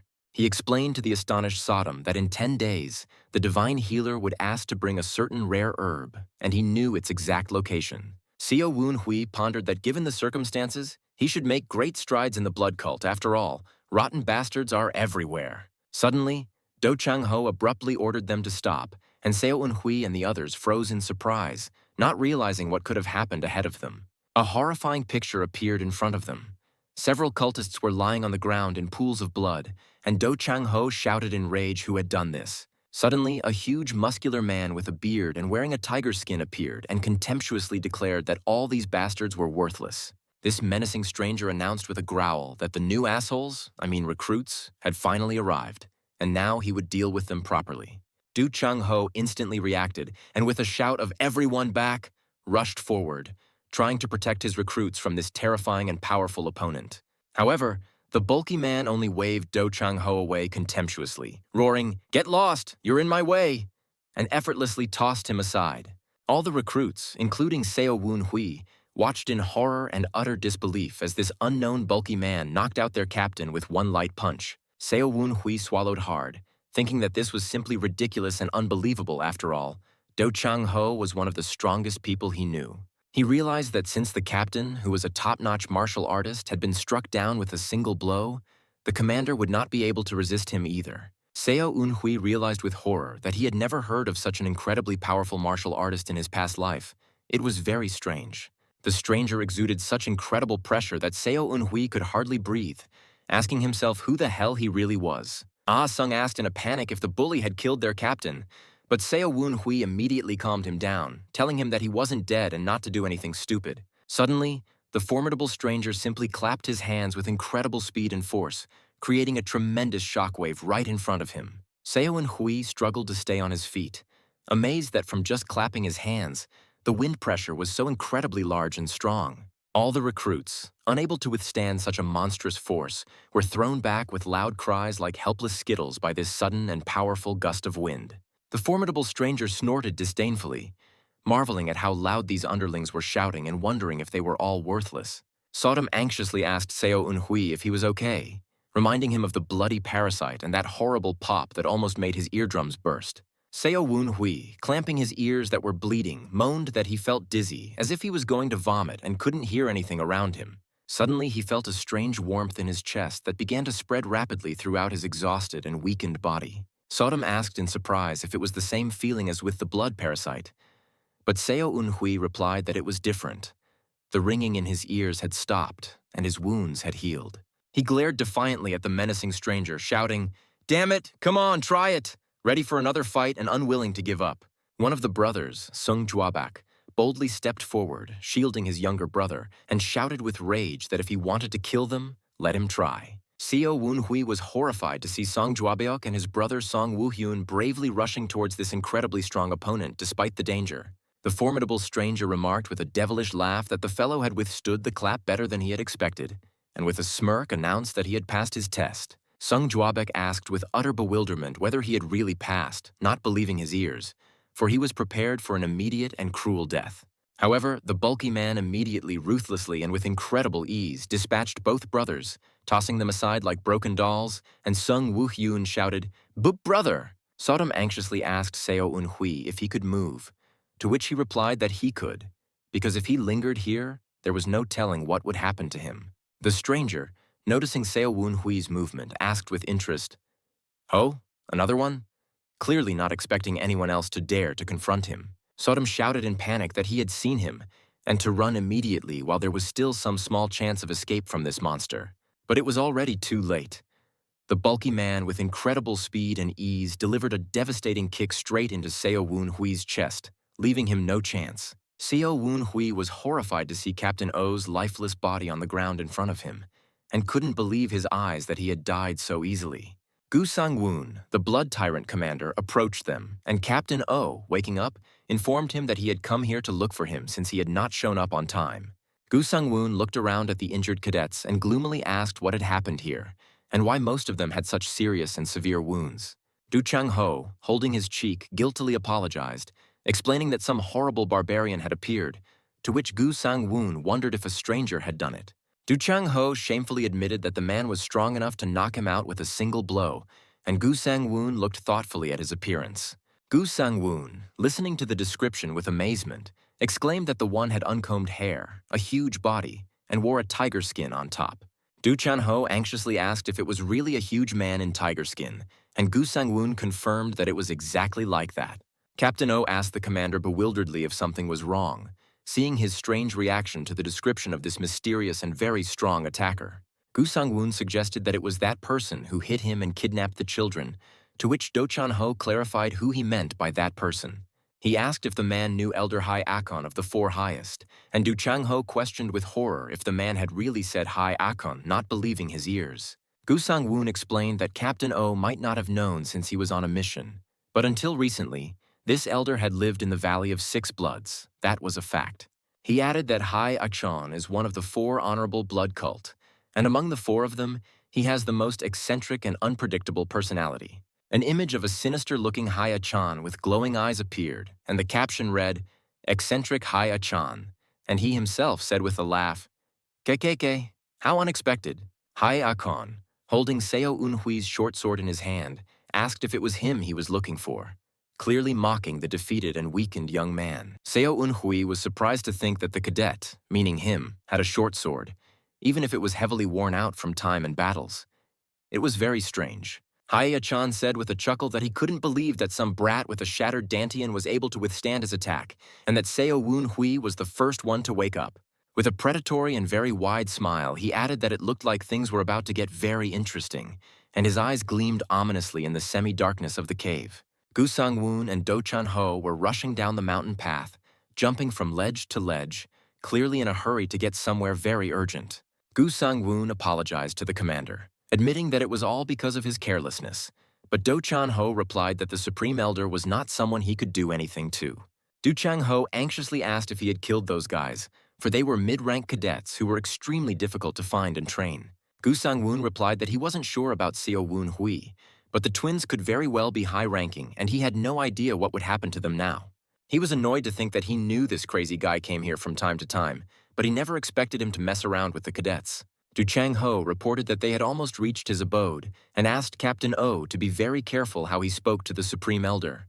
He warned that even among the four Supreme Elders, the one who was the most eccentric and the most difficult to deal with was very dangerous and unpredictable. Upon arriving, Gu Sang-woon bowed respectfully and, addressing Hai Akon, introduced himself as the commander in charge of the cadets of the Six Blood Valley. Gu Sang-woon sternly ordered Du Chang-ho to quickly pay his respects to the Supreme Elder, and the latter obediently agreed, calling him commander. Du Chan-ho hesitantly asked the commander if they should go in and see what was going on, but Gu Sang-woon firmly replied, "Just wait." Gu Sang-woon anxiously added that he shouldn't be disturbed, staring intently in the direction where this dangerous and unpredictable elder was. Suddenly, he used some powerful technique, releasing a huge stream of energy from his sword, which rushed forward like a tsunami with a roar. Gu Sang-woon struggled to repel the seed flying at him, which was incredibly fast and strong, and muttered in surprise, "Ah, a seed?" Hyakon remarked with a laugh that he was quite good for a commander, clearly appreciating his quick reaction and considerable strength displayed in this moment. Gu Sang-woon humbly replied that he did not deserve such praise. After all, he was just an insignificant insect to a great being like the Supreme Elder. Hai Achan, sitting among the defeated Seo Woon-hui and brothers, asked if these kids were the reason he was here, pointing his huge finger at them. Gu Sang-woon confirmed that this was correct, and explained to the Supreme Elder that they were going to raise them into true warriors of their ruthless cult. Hai Achan asked with a chuckle if he was afraid that he would cause any harm to these pitiful and helpless children, to which Gu Sang-woon immediately vehemently objected. He looked at the unconscious sleeping brothers and said that these kids seemed pretty good to him. There was some hidden potential and strength in them. Hai Akon added that he was thinking of teaching them a couple of his moves while they were here with him, at his complete and undivided disposal, and grinned.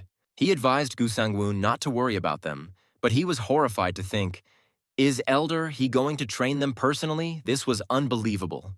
Gu Sangwon was puzzled to think that he had never taken disciples, though he congratulated the Elder for making such an important and unexpected decision. However, Hai Akon immediately cut him off sternly, ordering him not to mislead himself, to which Gu Sangwon surprisingly interrogated what he meant. The Elder stretched lazily and stated that he was just using them to ease his loneliness a bit, and asked if the man thought he was taking disciples. Gu Sangwon bowed and apologized for his ignorance, and Du Chang-ho wondered what the man was talking about and if he wasn't actually taking them on as disciples. He pondered that learning from a powerful martial arts master could be life-changing in itself, and this teacher was one of the 4 honored ones. Suddenly, Captain O, realizing that this was a chance for Seo Woon-hui, mentally shouted that he wouldn't give him such a chance and decided to intervene in the conversation with the Elder. He respectfully turned to the Supreme Elder, informing him that one of the cadets he had taken named Seo Un-hui had a seriously damaged dantian, that was for sure. Captain O looked at Hai Akon with hatred and declared that Seo Woon-hui was unworthy of being trained by him, but was immediately pierced through mercilessly. Flying away from the crushing blow, Captain O dropped his seed from his hands with a loud cry of pain, his body collapsing to the cold ground. Hai Akon asked Gu Sangwon with irritation why he was giving his opinion when he had already made up his mind to teach this kid. It was none of his business. He coldly added that he wasn't in the mood to listen to them talk, and ordered them to get the hell out of here immediately before he changed his mind and got angry. Gu Sangwon bowed and replied that he understood, and after announcing, "We're leaving," he quickly left with Do Chang-ho, not wanting to test the Elder's patience. As he left, he regretfully thought that there was nothing more they could do here, though it was a shame to lose twins with such potential. But such was fate. Hae Akon looked at the sleeping Seo Woon-hui and the brothers and muttered annoyingly about how noisy they were after all, and he didn't like it at all. Seo Un-hui, coming to his senses, realized with horror that the person who had taught the black and white demons in his past life was him, Hai Akon, one of the 4 Supreme. He was one of the 4 Supreme, Hai Akon, but Seo Woon-hui had no way of understanding why the latter had brought him here as well. After all, he was a nobody. Hai Akon rubbed his stomach and mumbled thoughtfully that he was hungry after such a long and tiring conversation. He needed food. He looked at Seo Woon-hui and imperiously ordered him to bring food within 4 hours, not tolerating any objections or excuses from this boy. Seo Woon-hui wondered if he had misheard and thought with annoyance, what kind of nonsense did he really bring him here to bring him food? Hai Akon, noticing his doubts, warned him in advance not to even think of running away, or else he would face very serious and unpleasant consequences. He added with a sinister smirk that if he was caught escaping, he should prepare for the worst, and it made Seo Woon-hui's back shiver. Seo Woon-hui doubtfully wondered if the man really thought he wouldn't run away just because he said so, and decided to play along by waiting for the right moment. He obediently agreed, but added that he didn't know any martial arts, and it would be very difficult for him to get any food without a weapon. He then pointed at the short sword that Hai Akon was still holding in his hand, hinting that it was his only weapon and he couldn't manage without it. Before he could say anything, Akon threw his sword with incredible speed, and it stabbed into his forehead with force, causing him to cry out in pain and shock.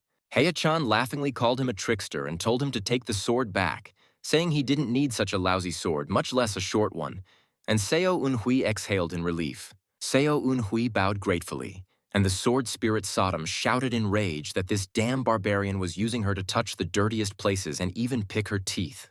Hae-chan kicked the sleeping brothers with annoyance, wondering how long the two were going to sleep, while Seo Woon-hui anxiously thought that they were definitely going to die at this rate. He ruthlessly grabbed them by the hair and lifted them up like some puppies, and Seo Woon-hui only looked on in horror at this gruesome and disgusting scene. Turning around, Hai-chan said that, by the way, he had almost forgotten something very important, and Seo Woon-hui tensed up, waiting for another crazy order. He stated with a predatory smile that he wanted meat and ordered Seo Un-hui to remember to bring it when he returned. It wasn't a request, but an order. Before Seo Woon-hui could even say a word, Hai-chan disappeared, and he cried out in surprise as to what it was and where the hell he had gone so quickly. He looked around in bewilderment, trying to figure out why it was so windy, and covered his face with his hand against a strong and unexpected gust of icy wind. Realizing he was alone on the edge of a sheer cliff, he screamed in panic. Where the hell had he even gotten to? This was some completely insane place. He thought with despair that Hayashin wanted him to bring him 4 hours worth of food, but those hours would only be enough for him to get down from this horrible place. Seo Eunhui looked longingly at the surrounding rocks, wondering where he would get meat in such a completely wild and desolate place. It was simply impossible. Suddenly, Sodom called out to him, pointing somewhere in the distance, and Seo Eunhui curiously asked what was there, hoping for some clue or help. He saw Hayakong carry himself through the forest with incredible ease, carrying the still emotionless brothers on his shoulders as if they weighed nothing to him. Seo Eunhui watched in horror at his incredible leaps from one sheer cliff to another, realizing how strong he was and how helpless he himself was. Sodom sympathetically asked, and how he would be able to run away from such a monster, to which Seo Eunhui bitterly replied that he had completely lost all motivation to do so. She immediately shook him, ordering him to pull himself together, for if he gave in, he would be a slave to this horrible and ruthless half-wit forever. Seo Eunhui clung to the rock with determination, realizing that since it came to this, he would do everything in his power to survive and not give up. He was horrified to think how scary this place was, and how he could even escape from here, for there were only sheer cliffs and a deep chasm all around. Deciding that he must go down first, he gingerly fumbled for the ledge, but it broke treacherously under his hand, and he flew downward with a scream. He was falling from a great height, desperately clinging to the air, but there was only a bottomless abyss beneath him, and he was already preparing for an imminent and terrible death. He was lucky, however. He fell right into the thick branches of a large tree, which cushioned the blow, although he felt a sharp pain throughout his body. Seo Eunhui struggled to get up, thinking that he was on the cusp of death, and bitterly thought why his life was so hard even though this was his second life. Sudam snidely remarked that he had come down quickly, to which Seo Eunhui shouted angrily that he would beat the hell out of her. He asked, doubtfully, and how far he had come down, but Sodom only slyly replied if he wanted to know the truth about it, and he waved his hand, saying, "Bygones." Suddenly he heard Hai Achon's voice, noting with surprise that 4 hours had already passed, and he couldn't believe that he was still chilling here. Hai Achan added with a menacing smile that apparently Seo Eunhui hadn't heeded his warnings, and asked if that meant that he had prepared for his imminent death. Seo Eunhui, unable to feel his hands from fear, muttered that he missed his master, to which Hai Achon grimaced in disgust, calling it some incomprehensible nonsense. At that moment, Seo Eunhui's arrow pierced a rabbit that ran by, which collapsed to the ground with a loud squeak, and it was a true miracle and salvation. Sodom shouted happily, "Bullseye!" And Seo Eunhui, breathing heavily, lowered his bow. His face was focused, but in his eyes he read great relief. She praised him, saying he's doing great, to which Seo Eunhui replied that he's already used to it since he's been living like this for 2 whole months. He recalled the first time he got the crap beaten out of him just because he spent all the allotted time going downhill, and Sodom thought he was going to be beaten to death. Sudam said that he should have surrendered at some point, especially after he was beaten while trying to escape. But Seo Eunhui only brushed it off, saying that it was a long time ago. He thought with satisfaction that it looked like this day would go well, especially if he caught a couple more of those equally well-fed and tasty rabbits. Suddenly he felt someone's presence and turned around and saw a huge shadow looming over him from the cave, and it was Hai Akon who had returned early. Seo Eunhui greeted the Supreme Elder with slight nervousness, noticing that he was something very early today, and added that he was already on his way back. Hei Akin laughingly asked if he had gotten food because his stomach was completely empty and he was really hungry right now. Seo Eunhui bowed and handed him the 2 killed rabbits, telling him with a hesitation that there would be excellent and very tasty fried rabbit for dinner tonight. Hae Achan took the rabbits with a chuckle, counted them, and asked in surprise if it was only 2, for he had expected much more from such a capable fellow. He added threateningly that there were 4 of them here, and only 2 rabbits, and I guess they needed to somehow reduce the number of mouths to feed. Seo Eunhui questioned what he meant with horror, unable to believe his ears, and his face contorted with fear and despair. He thought bitterly that it didn't seem like today was his day either, and no wonder since he was suspended upside down over the abyss like some kind of bait. Hanging upside down, he pondered wistfully how tiring it all was, and he had no idea what this crazy elder had in his head, but he was sure he had his reasons. Seo Eunhui bitterly thought that for the past 2 months, he had been living like a true slave, climbing the steep cliff every single day. He was constantly scouring this slumbering and dangerous forest for any food for this voracious and ruthless elder. If he found food, he would get hit in the face, and if he didn't, he would get hit in the face even harder, and so it went on day after day with no end in sight. And if he lost consciousness from these terrible and cruel beatings, he was simply tied mercilessly to a tree and left hanging there until morning. Sudam sympathetically asked if he made such a fuss when he was first hanged here, to which Seo Eun-hui replied that things are getting around that now. He was suddenly called out by Sung Woo-hyun, who was standing on the edge of the cliff, and Seo Eun-hui looked at him in surprise, not understanding what he wanted from him again. He asked disdainfully if Seo Eun-hui still hadn't learned how to get food, and complained that he and Hyun were being beaten up because of him, that worthless weakling. Sudam remarked that even Jwabak was in a terrible state after 1 month, but Seo Eun-hui replied with a chuckle that they would have gotten beaten up even if he wasn't here. Song Woo-hyun said that the Supreme Elder was looking for him and told him to come back, to which Seo Eun-hui asked in surprise, why so early. It was very strange. Sodam anxiously confirmed that the man had summoned him 2 hours earlier than usual, and Seo Eun-hui thought with horror that he was scared to even imagine what the man would do to him again. Upon arriving at the cave, Seo Eun-hui heard Hya-chun's order to immediately remove his clothes, and it made his eyes pop into his forehead with shock and utter bewilderment. He hesitantly asked if he really said to take off his clothes, to which Hya-chun lazily confirmed that yes, that was exactly what he meant without taking his eyes off. Seo Eun-hui thought that this was very unexpected, and he didn't understand at all why he would do this. But there was no way he could disobey the order and began to undress. Hya-chun looked at his muscular body and noticed that almost 2 months had passed and said that he was ready, which further surprised and alarmed Seo Eun-hui. Sodam was surprised to ask what he was ready for and what this strange elder was even talking about, but immediately noticed that his body was much better after all the testing.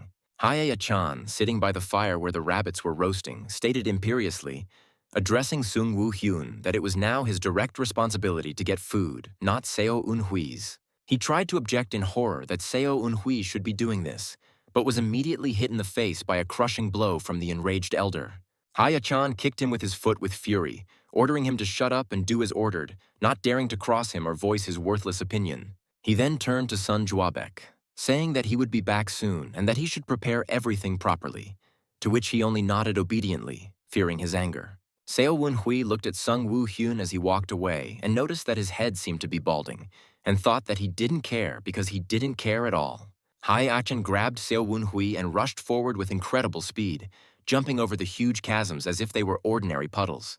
Seo Eun-hui, dangling in his mighty arm, cried out in horror as he turned to the Supreme Elder and asked if they couldn't walk. Without slowing down, Hya-chan barked at him, "Stop talking nonsense," clearly not intending to listen to his pathetic and completely inappropriate pleas. He explained that the reason he's going through all this crap in the first place is because Seo Eun-hui is incapable of using even basic movement techniques. He's just weak. With these words, Hya-chan threw Seo Eun-hui into the icy water of the waterfall, and he plunged into the cold and dark depths with a loud splash. Upon surfacing, Seo Eun-hui, spitting up and shivering from the cold, shouted indignantly, "Why did he do that? It was completely unexpected." Hya-chan laughingly replied that they were on their way to see the man who would be his mentor, and asked if the man thought it was right to meet him in such a pathetic state. Seo Eun-hui interjected in surprise, "Mentor?" completely unaware of what this crazy and unpredictable blood cult Supreme Elder was talking about. Sodam snidely remarked that he didn't seem to be aware that he was the one who was the dirtiest here, to which Seo Eun-hui only irritably thought that it was understandable. Hya-chan, standing on the shore, ordered him to bathe enough and told him to get out of the water immediately. But Seo Eun-hui muttered that he didn't have time to wash himself properly. After getting out of the water, Seo Eun-hui followed Hya-chan down a narrow path that led somewhere beyond the waterfall to a completely unknown and mysterious place. He thought with astonishment that he could not believe that there was such a place beyond the waterfall and that anyone lived here, for it seemed quite impossible. Sodam suggested that it might be a very strong and handsome martial artist, but Seo Eun-hui doubtfully thought that something he highly doubted. He thought that assuming this old man had a close friend to whom he could approach to accept a disciple, it was very strange. When they finally stopped, Hya-chan announced, "We're here." And Seo Eun-hui looked ahead curiously, trying to get a glimpse of what was out there. In front of them, the silhouette of a seated person could be seen in the semi-darkness of the cave, and Hya-chan enthusiastically exclaimed, "That's it!" pointing at that mysterious figure. He irritatedly asked Seo Eun-hui what he was worth and ordered him to quickly pay his respects to this man who would become his mentor. Hae Akon announced that this man would be his mentor from now on, and Seo Eun-hui, not understanding anything but fearing the elder's anger, knelt down. He bowed respectfully, proclaiming praise to the blood demon and the cultist, and introduced himself as a mid-rank cadet, Seo Woon-hui, paying his respects to his new mentor. Sodom looked doubtfully at the motionless figure and told Seo Woon-hui that she didn't think this person was capable of answering him, to which he asked in surprise, "What do you mean?" Sodom pityingly remarked that she thought Seo Woon-hui's mentor had died a long time ago, for in front of him was only a skeleton in robes. Seo Eun-hui looked at the skeleton with disbelief and asked the Supreme Elder doubtfully if he was really talking about this skeleton and if he was playing a trick on him. Hae Achin laughed loudly and asked if the latter thought he had nothing else to do but play a prank on a pathetic boy like him. He wondered if Seo Eun-hui hadn't noticed anything, referring to the changes that had happened to him over the past 2 horrible months of training. Hae Akshan reminded him that he had gotten stronger when he climbed the rock, faster and tougher when he hunted, and tougher when he beat him mercilessly. He added that Seo Eun-hui had also become stronger spiritually, and even hanging from the tree was a workout for his body and energy core. Hae Akon explained that everything up to that point had been about building a foundation of physical strength so that he could learn martial arts. Seo Eun-hui apologetically told the Supreme Elder that he had lost his energy core when he was still a child, and so he could not study martial arts. Hae Achan asked with a laugh, did the latter think that he had trained him without knowing about his ailment? That would be too stupid of him. He slyly asked what he would do if he told him that there was a way to control internal energy even without an energy core. Seo Eun-hui asked with great surprise and hopefulness if there was really a way to control internal energy without an energy core. Hae Akshan asked him if he knew what an essence was, and Seo Eun-hui thoughtfully repeated, essence, trying to remember what it actually was. The elder explained that this is what one learns as soon as they begin to study martial arts. It is the very foundation of all techniques and styles of combat. He added that, as the name suggests, it is essential for all martial arts, and the essence is also known as the energy core, or Dantian. Hae Akon said that since his energy core was destroyed, he wouldn't be able to use his essence, and Seo Woon-hui grimly confirmed that this was true. He wondered why the elder was saying what all martial artists knew. After all, there was no hidden meaning or new information in it. Hae Akchan continued that in the end, 2 things remain, energy and the physical body, and asked Seo Eun-hui if the latter knew what energy really was. Seo Eun-hui felt uneasy and anxiously asked if he was talking about origin energy, implying control over internal energy. Hae Akin confirmed that he only knows a part of it, and added that the origin energy is never wrong, it is always accurate and infallible. He touched Seo Eun-hui's chest and said that the real name of this thing sitting right in the center of his chest was innate core energy. Hae Akon explained that innate core energy is something one is born with and cannot be accumulated. It is considered twice as powerful as internal energy. He added with a smile that in that sense, Seo Eun-hui was lucky. Since the words written there teach you how to control your innate core energy, it was a unique chance. Sodom shouted in excitement that he had hit the jackpot, because with this he would just as well be able to learn martial arts despite his destroyed Dantian. She was perplexed to ask why he didn't seem happy, and if he was going to miss such a valuable and incredible opportunity to change his destiny. Seo Eun-hui explained to Sodom with a heavy sigh that innate core energy, as the name implied, was a life energy that equaled life itself. He added that only in one situation does a martial artist use his innate core energy, when he is trying to die with his enemy. Sodom grimly interjected, then. And Seo Eun-hui grimly confirmed that if he studied and continued to use core energy, he wouldn't have long to live. He thought angrily, that damn old man. Did he really think he would be happy and glad to take this chance, and that there was no way he would do that? Out loud, however, he respectfully thanked the Supreme Elder for teaching him such a useful thing and bowed low, hiding his true thoughts. He then added that there was something he couldn't understand with his stupid mind, and revealed that he had lost his energy core after an energy deviation. Sodom noted with surprise that his face didn't change a bit when he was lying, and Seo Eun-hui kept complaining that people were saying that he was talentless and asked the elder to think again. Hayakin asked with a chuckle if it worked, referring to his complaints, and added that he went through all that trouble to help him train his body, but he was talentless. He said with a laugh that he thought the one knew something about martial arts since he was from a martial clan, and that he didn't understand why the one was trying to avoid training, Seo Woon Hui, with a tremor in his voice, muttered that he didn't know what the man was talking about. But his eyes betrayed his fear and confusion. He was cornered. Suddenly, he tried to attack Hyakon, but the latter easily intercepted his punch and grabbed his throat, not even giving him a chance to resist. Hyakon said disdainfully that the one was indeed the one with poor language skills, and that he needed to help him realize that he should do it right. He coldly asked if the man knew that if he couldn't learn it, he would be completely useless to him, and he would let him choose. Action asked threateningly if he wanted his neck snapped here and immediately, or if he wanted to learn it and die slowly. The choice was his. Sudam screamed in panic for Seo Hui to just say that he would learn how to do it, but the man desperately thought that if he did, everything would go according to his plan. Then Seo Hui looked defiantly at Hyakon and shouted that he had better kill him, to which Sodom exclaimed in horror whether he had not gone mad with fear.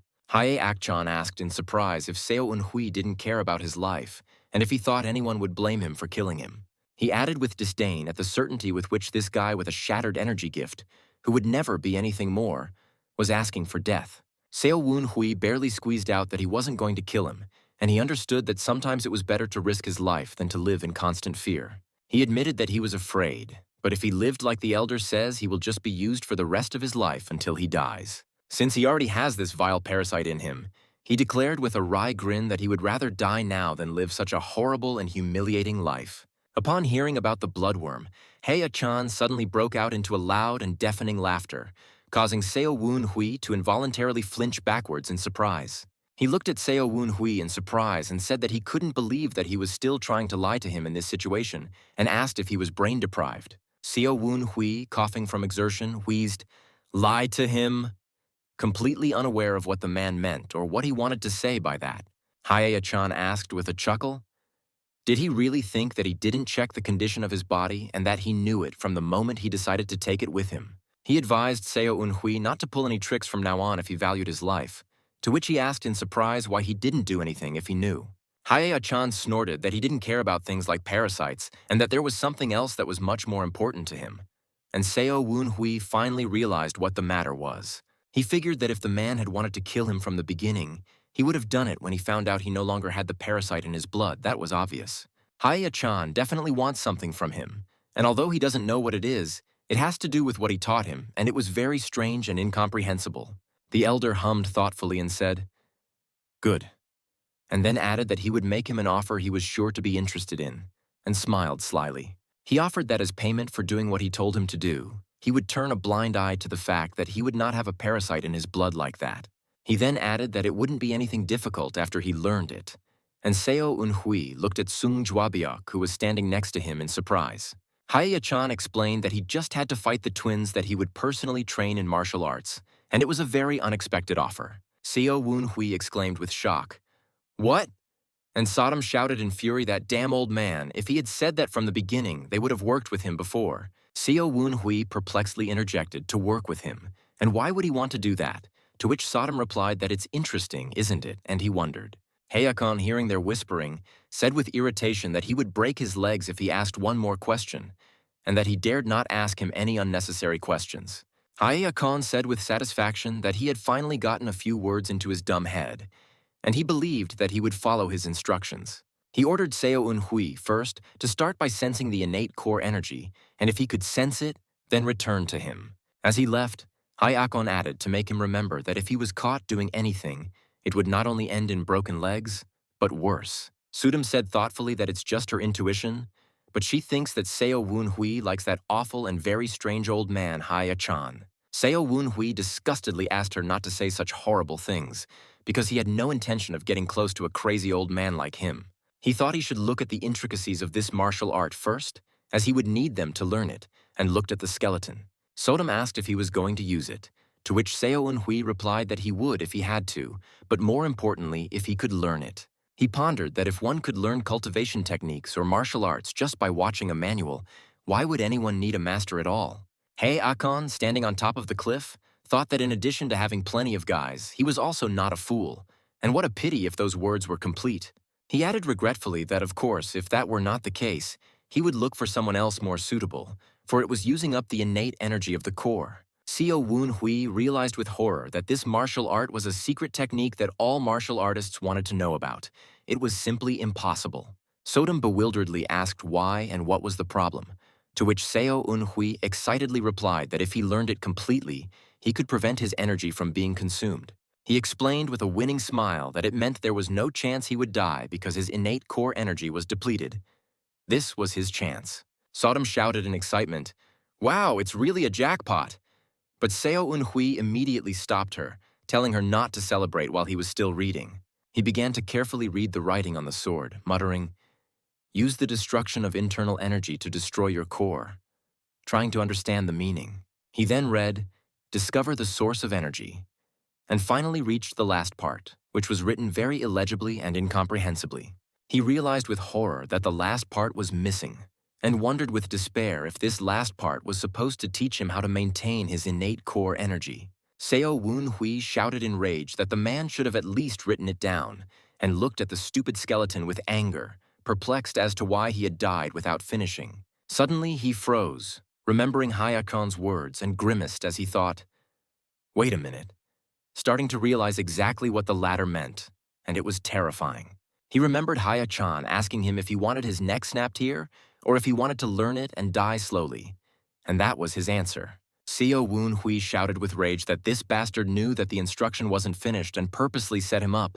It was very mean and cruel. He fell to his knees in front of the skeleton in despair. Perplexed as to what the damn old man wanted him to do with an incomplete manual, it was simply impossible. Sodom asked in surprise what he was talking about, to which Seo Un-hui replied that no, he was talking to this creature who had a flash of rage when he called him a skeleton. He bewilderedly asked if she could talk to a skeleton, to which Sodom replied in anger that he was an idiot and she was not talking about a skeleton but a sword.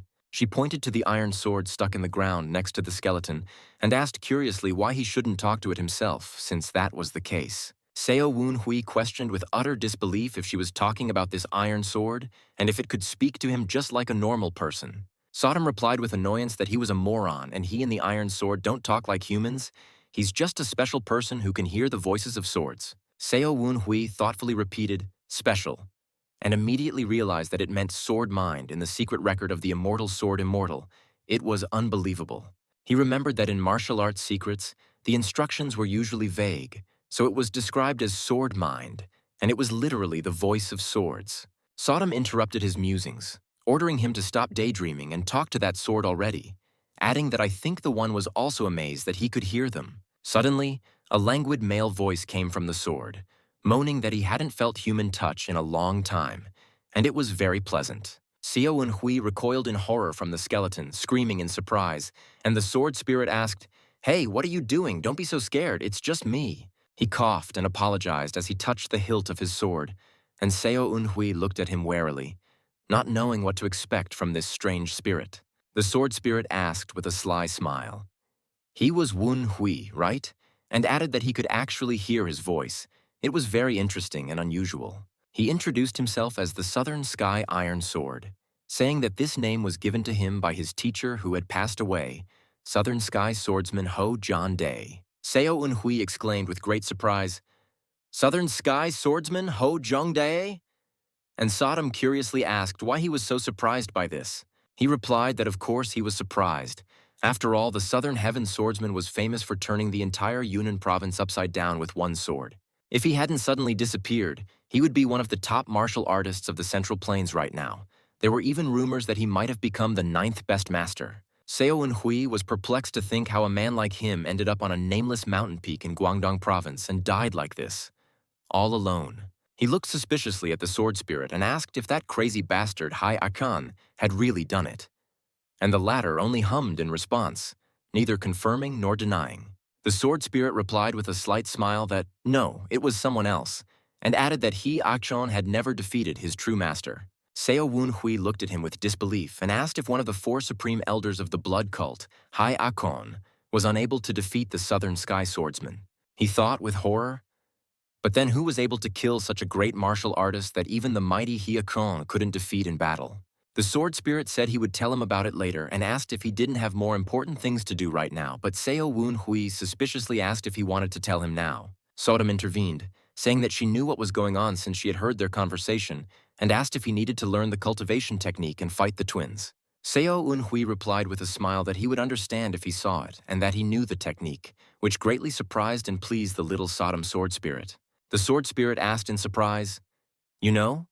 To which Seo Eunhui confidently replied that yes, he would teach him the technique, and his eyes gleamed resolutely. Sodom doubtfully asked if it was okay to agree so quickly, but the sword spirit replied that it was about the honor of his master, the swordsman of the southern heavens. He added that if he lost because he didn't learn his master's martial art properly, his master's honor would be tarnished, Eunhui. He said hopefully that he hoped his master's martial arts could be passed on to the next generation, and that was his fondest wish. Seo Eunhui thought with admiration that this guy, that is the sword spirit, he is so incredibly cool and loyal to his former master, it was impressive.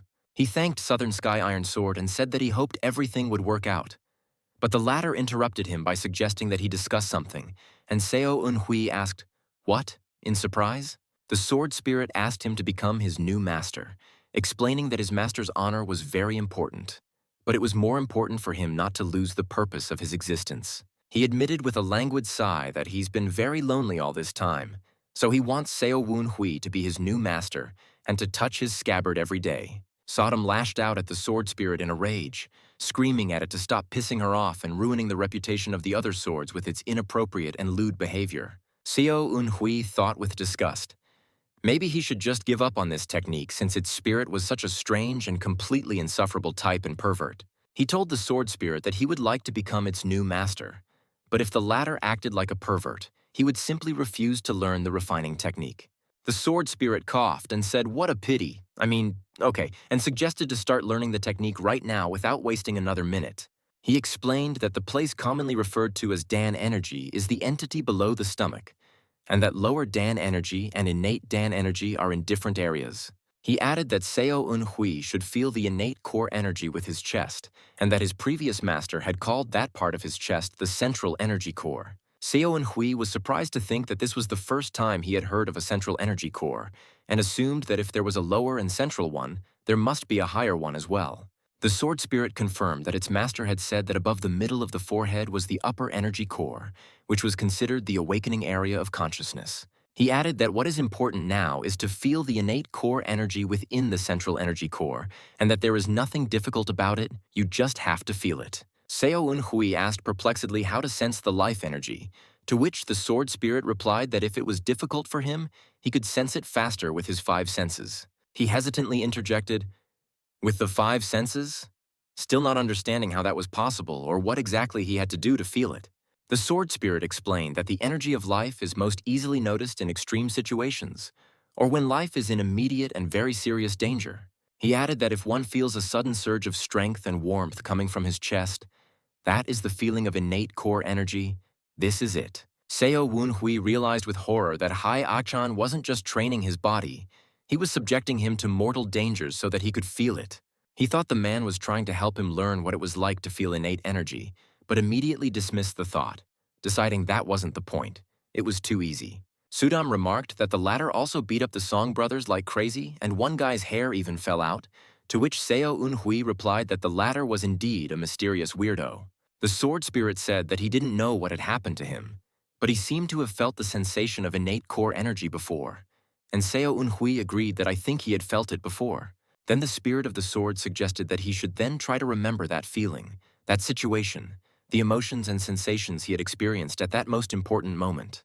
He advised him to remember the moment when his desire to live was the strongest, and Seo Eunhui closed his eyes, trying to focus on his memories. He sank into his memories, recalling the moment when his will to live was strongest and he was desperately fighting for his precious life.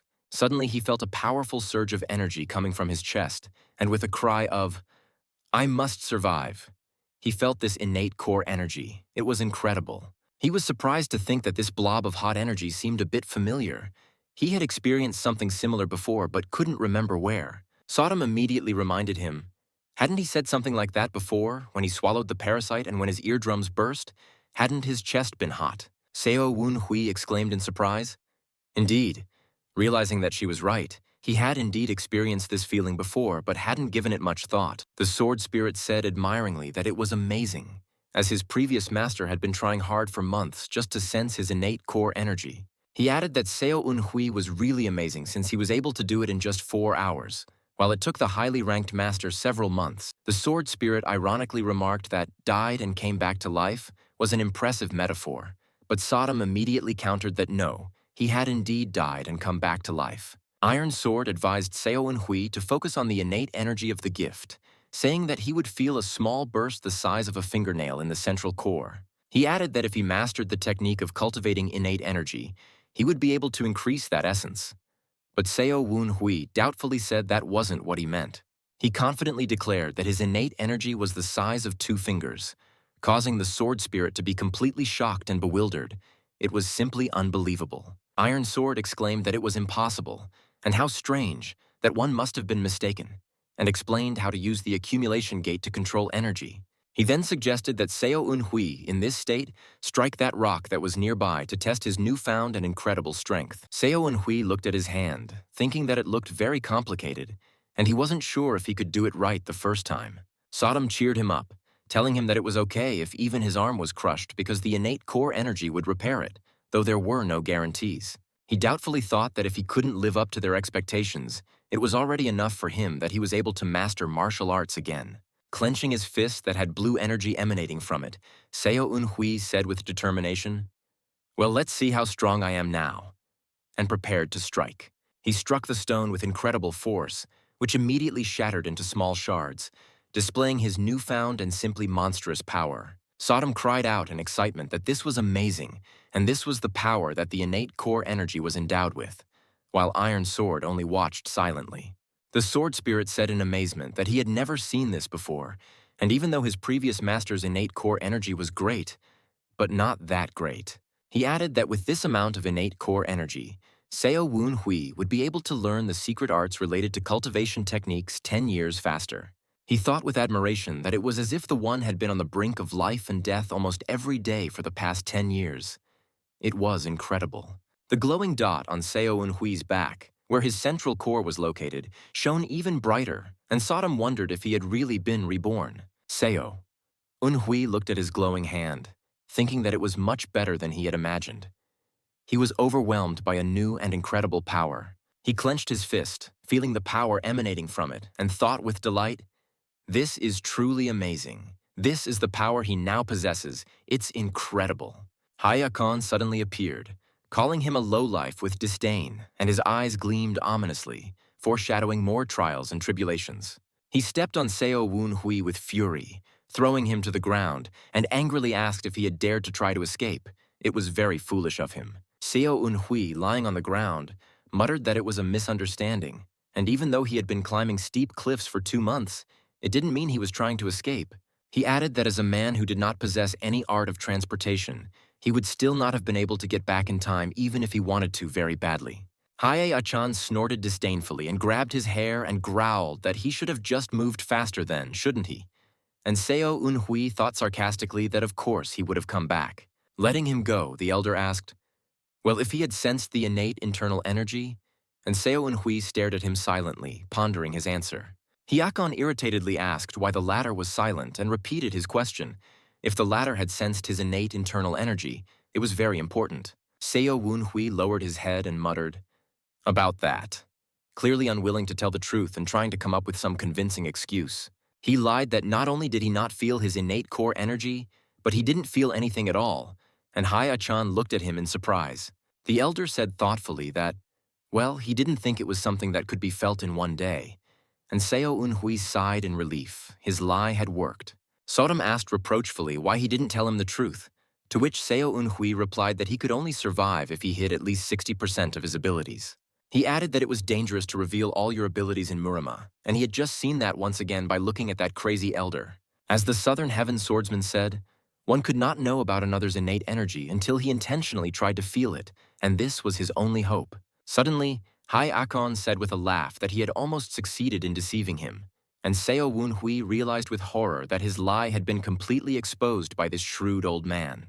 The elder added with a chuckle that it looked like the latter was trying to avoid using the core energy to prolong his life, and that he needed to explain to him well that he should take it seriously. He said that so-and-so, if he lost the fight, he would hand him over to Captain O, and Seo Woon-hui grimaced. "Captain O!" Hae-achan confirmed that yes, after he brought him here, that person had come several times already, clearly very eager to get his hands on him. He added that he didn't really get into what the man was saying, but he seemed to really want him back, and Seo Eunhui looked anxiously towards the exit. Seo? Eunhui thought with hatred. Was this stubborn bastard still following him, unwilling to leave him alone? This was simply unbearable. Hai Akon said that the twins told him as if he had his eye on him, and if he informed him that there was a parasite in his body, he would be very happy. He added threateningly that Seo Eunhui would then be a low-ranking warrior for the rest of his life, to which the latter objected with despair that it was no different from what he was proposing. Hyakon said with a predatory smile that he had tried all sorts of tricks before to avoid fighting properly, at full strength, but now he would have no choice.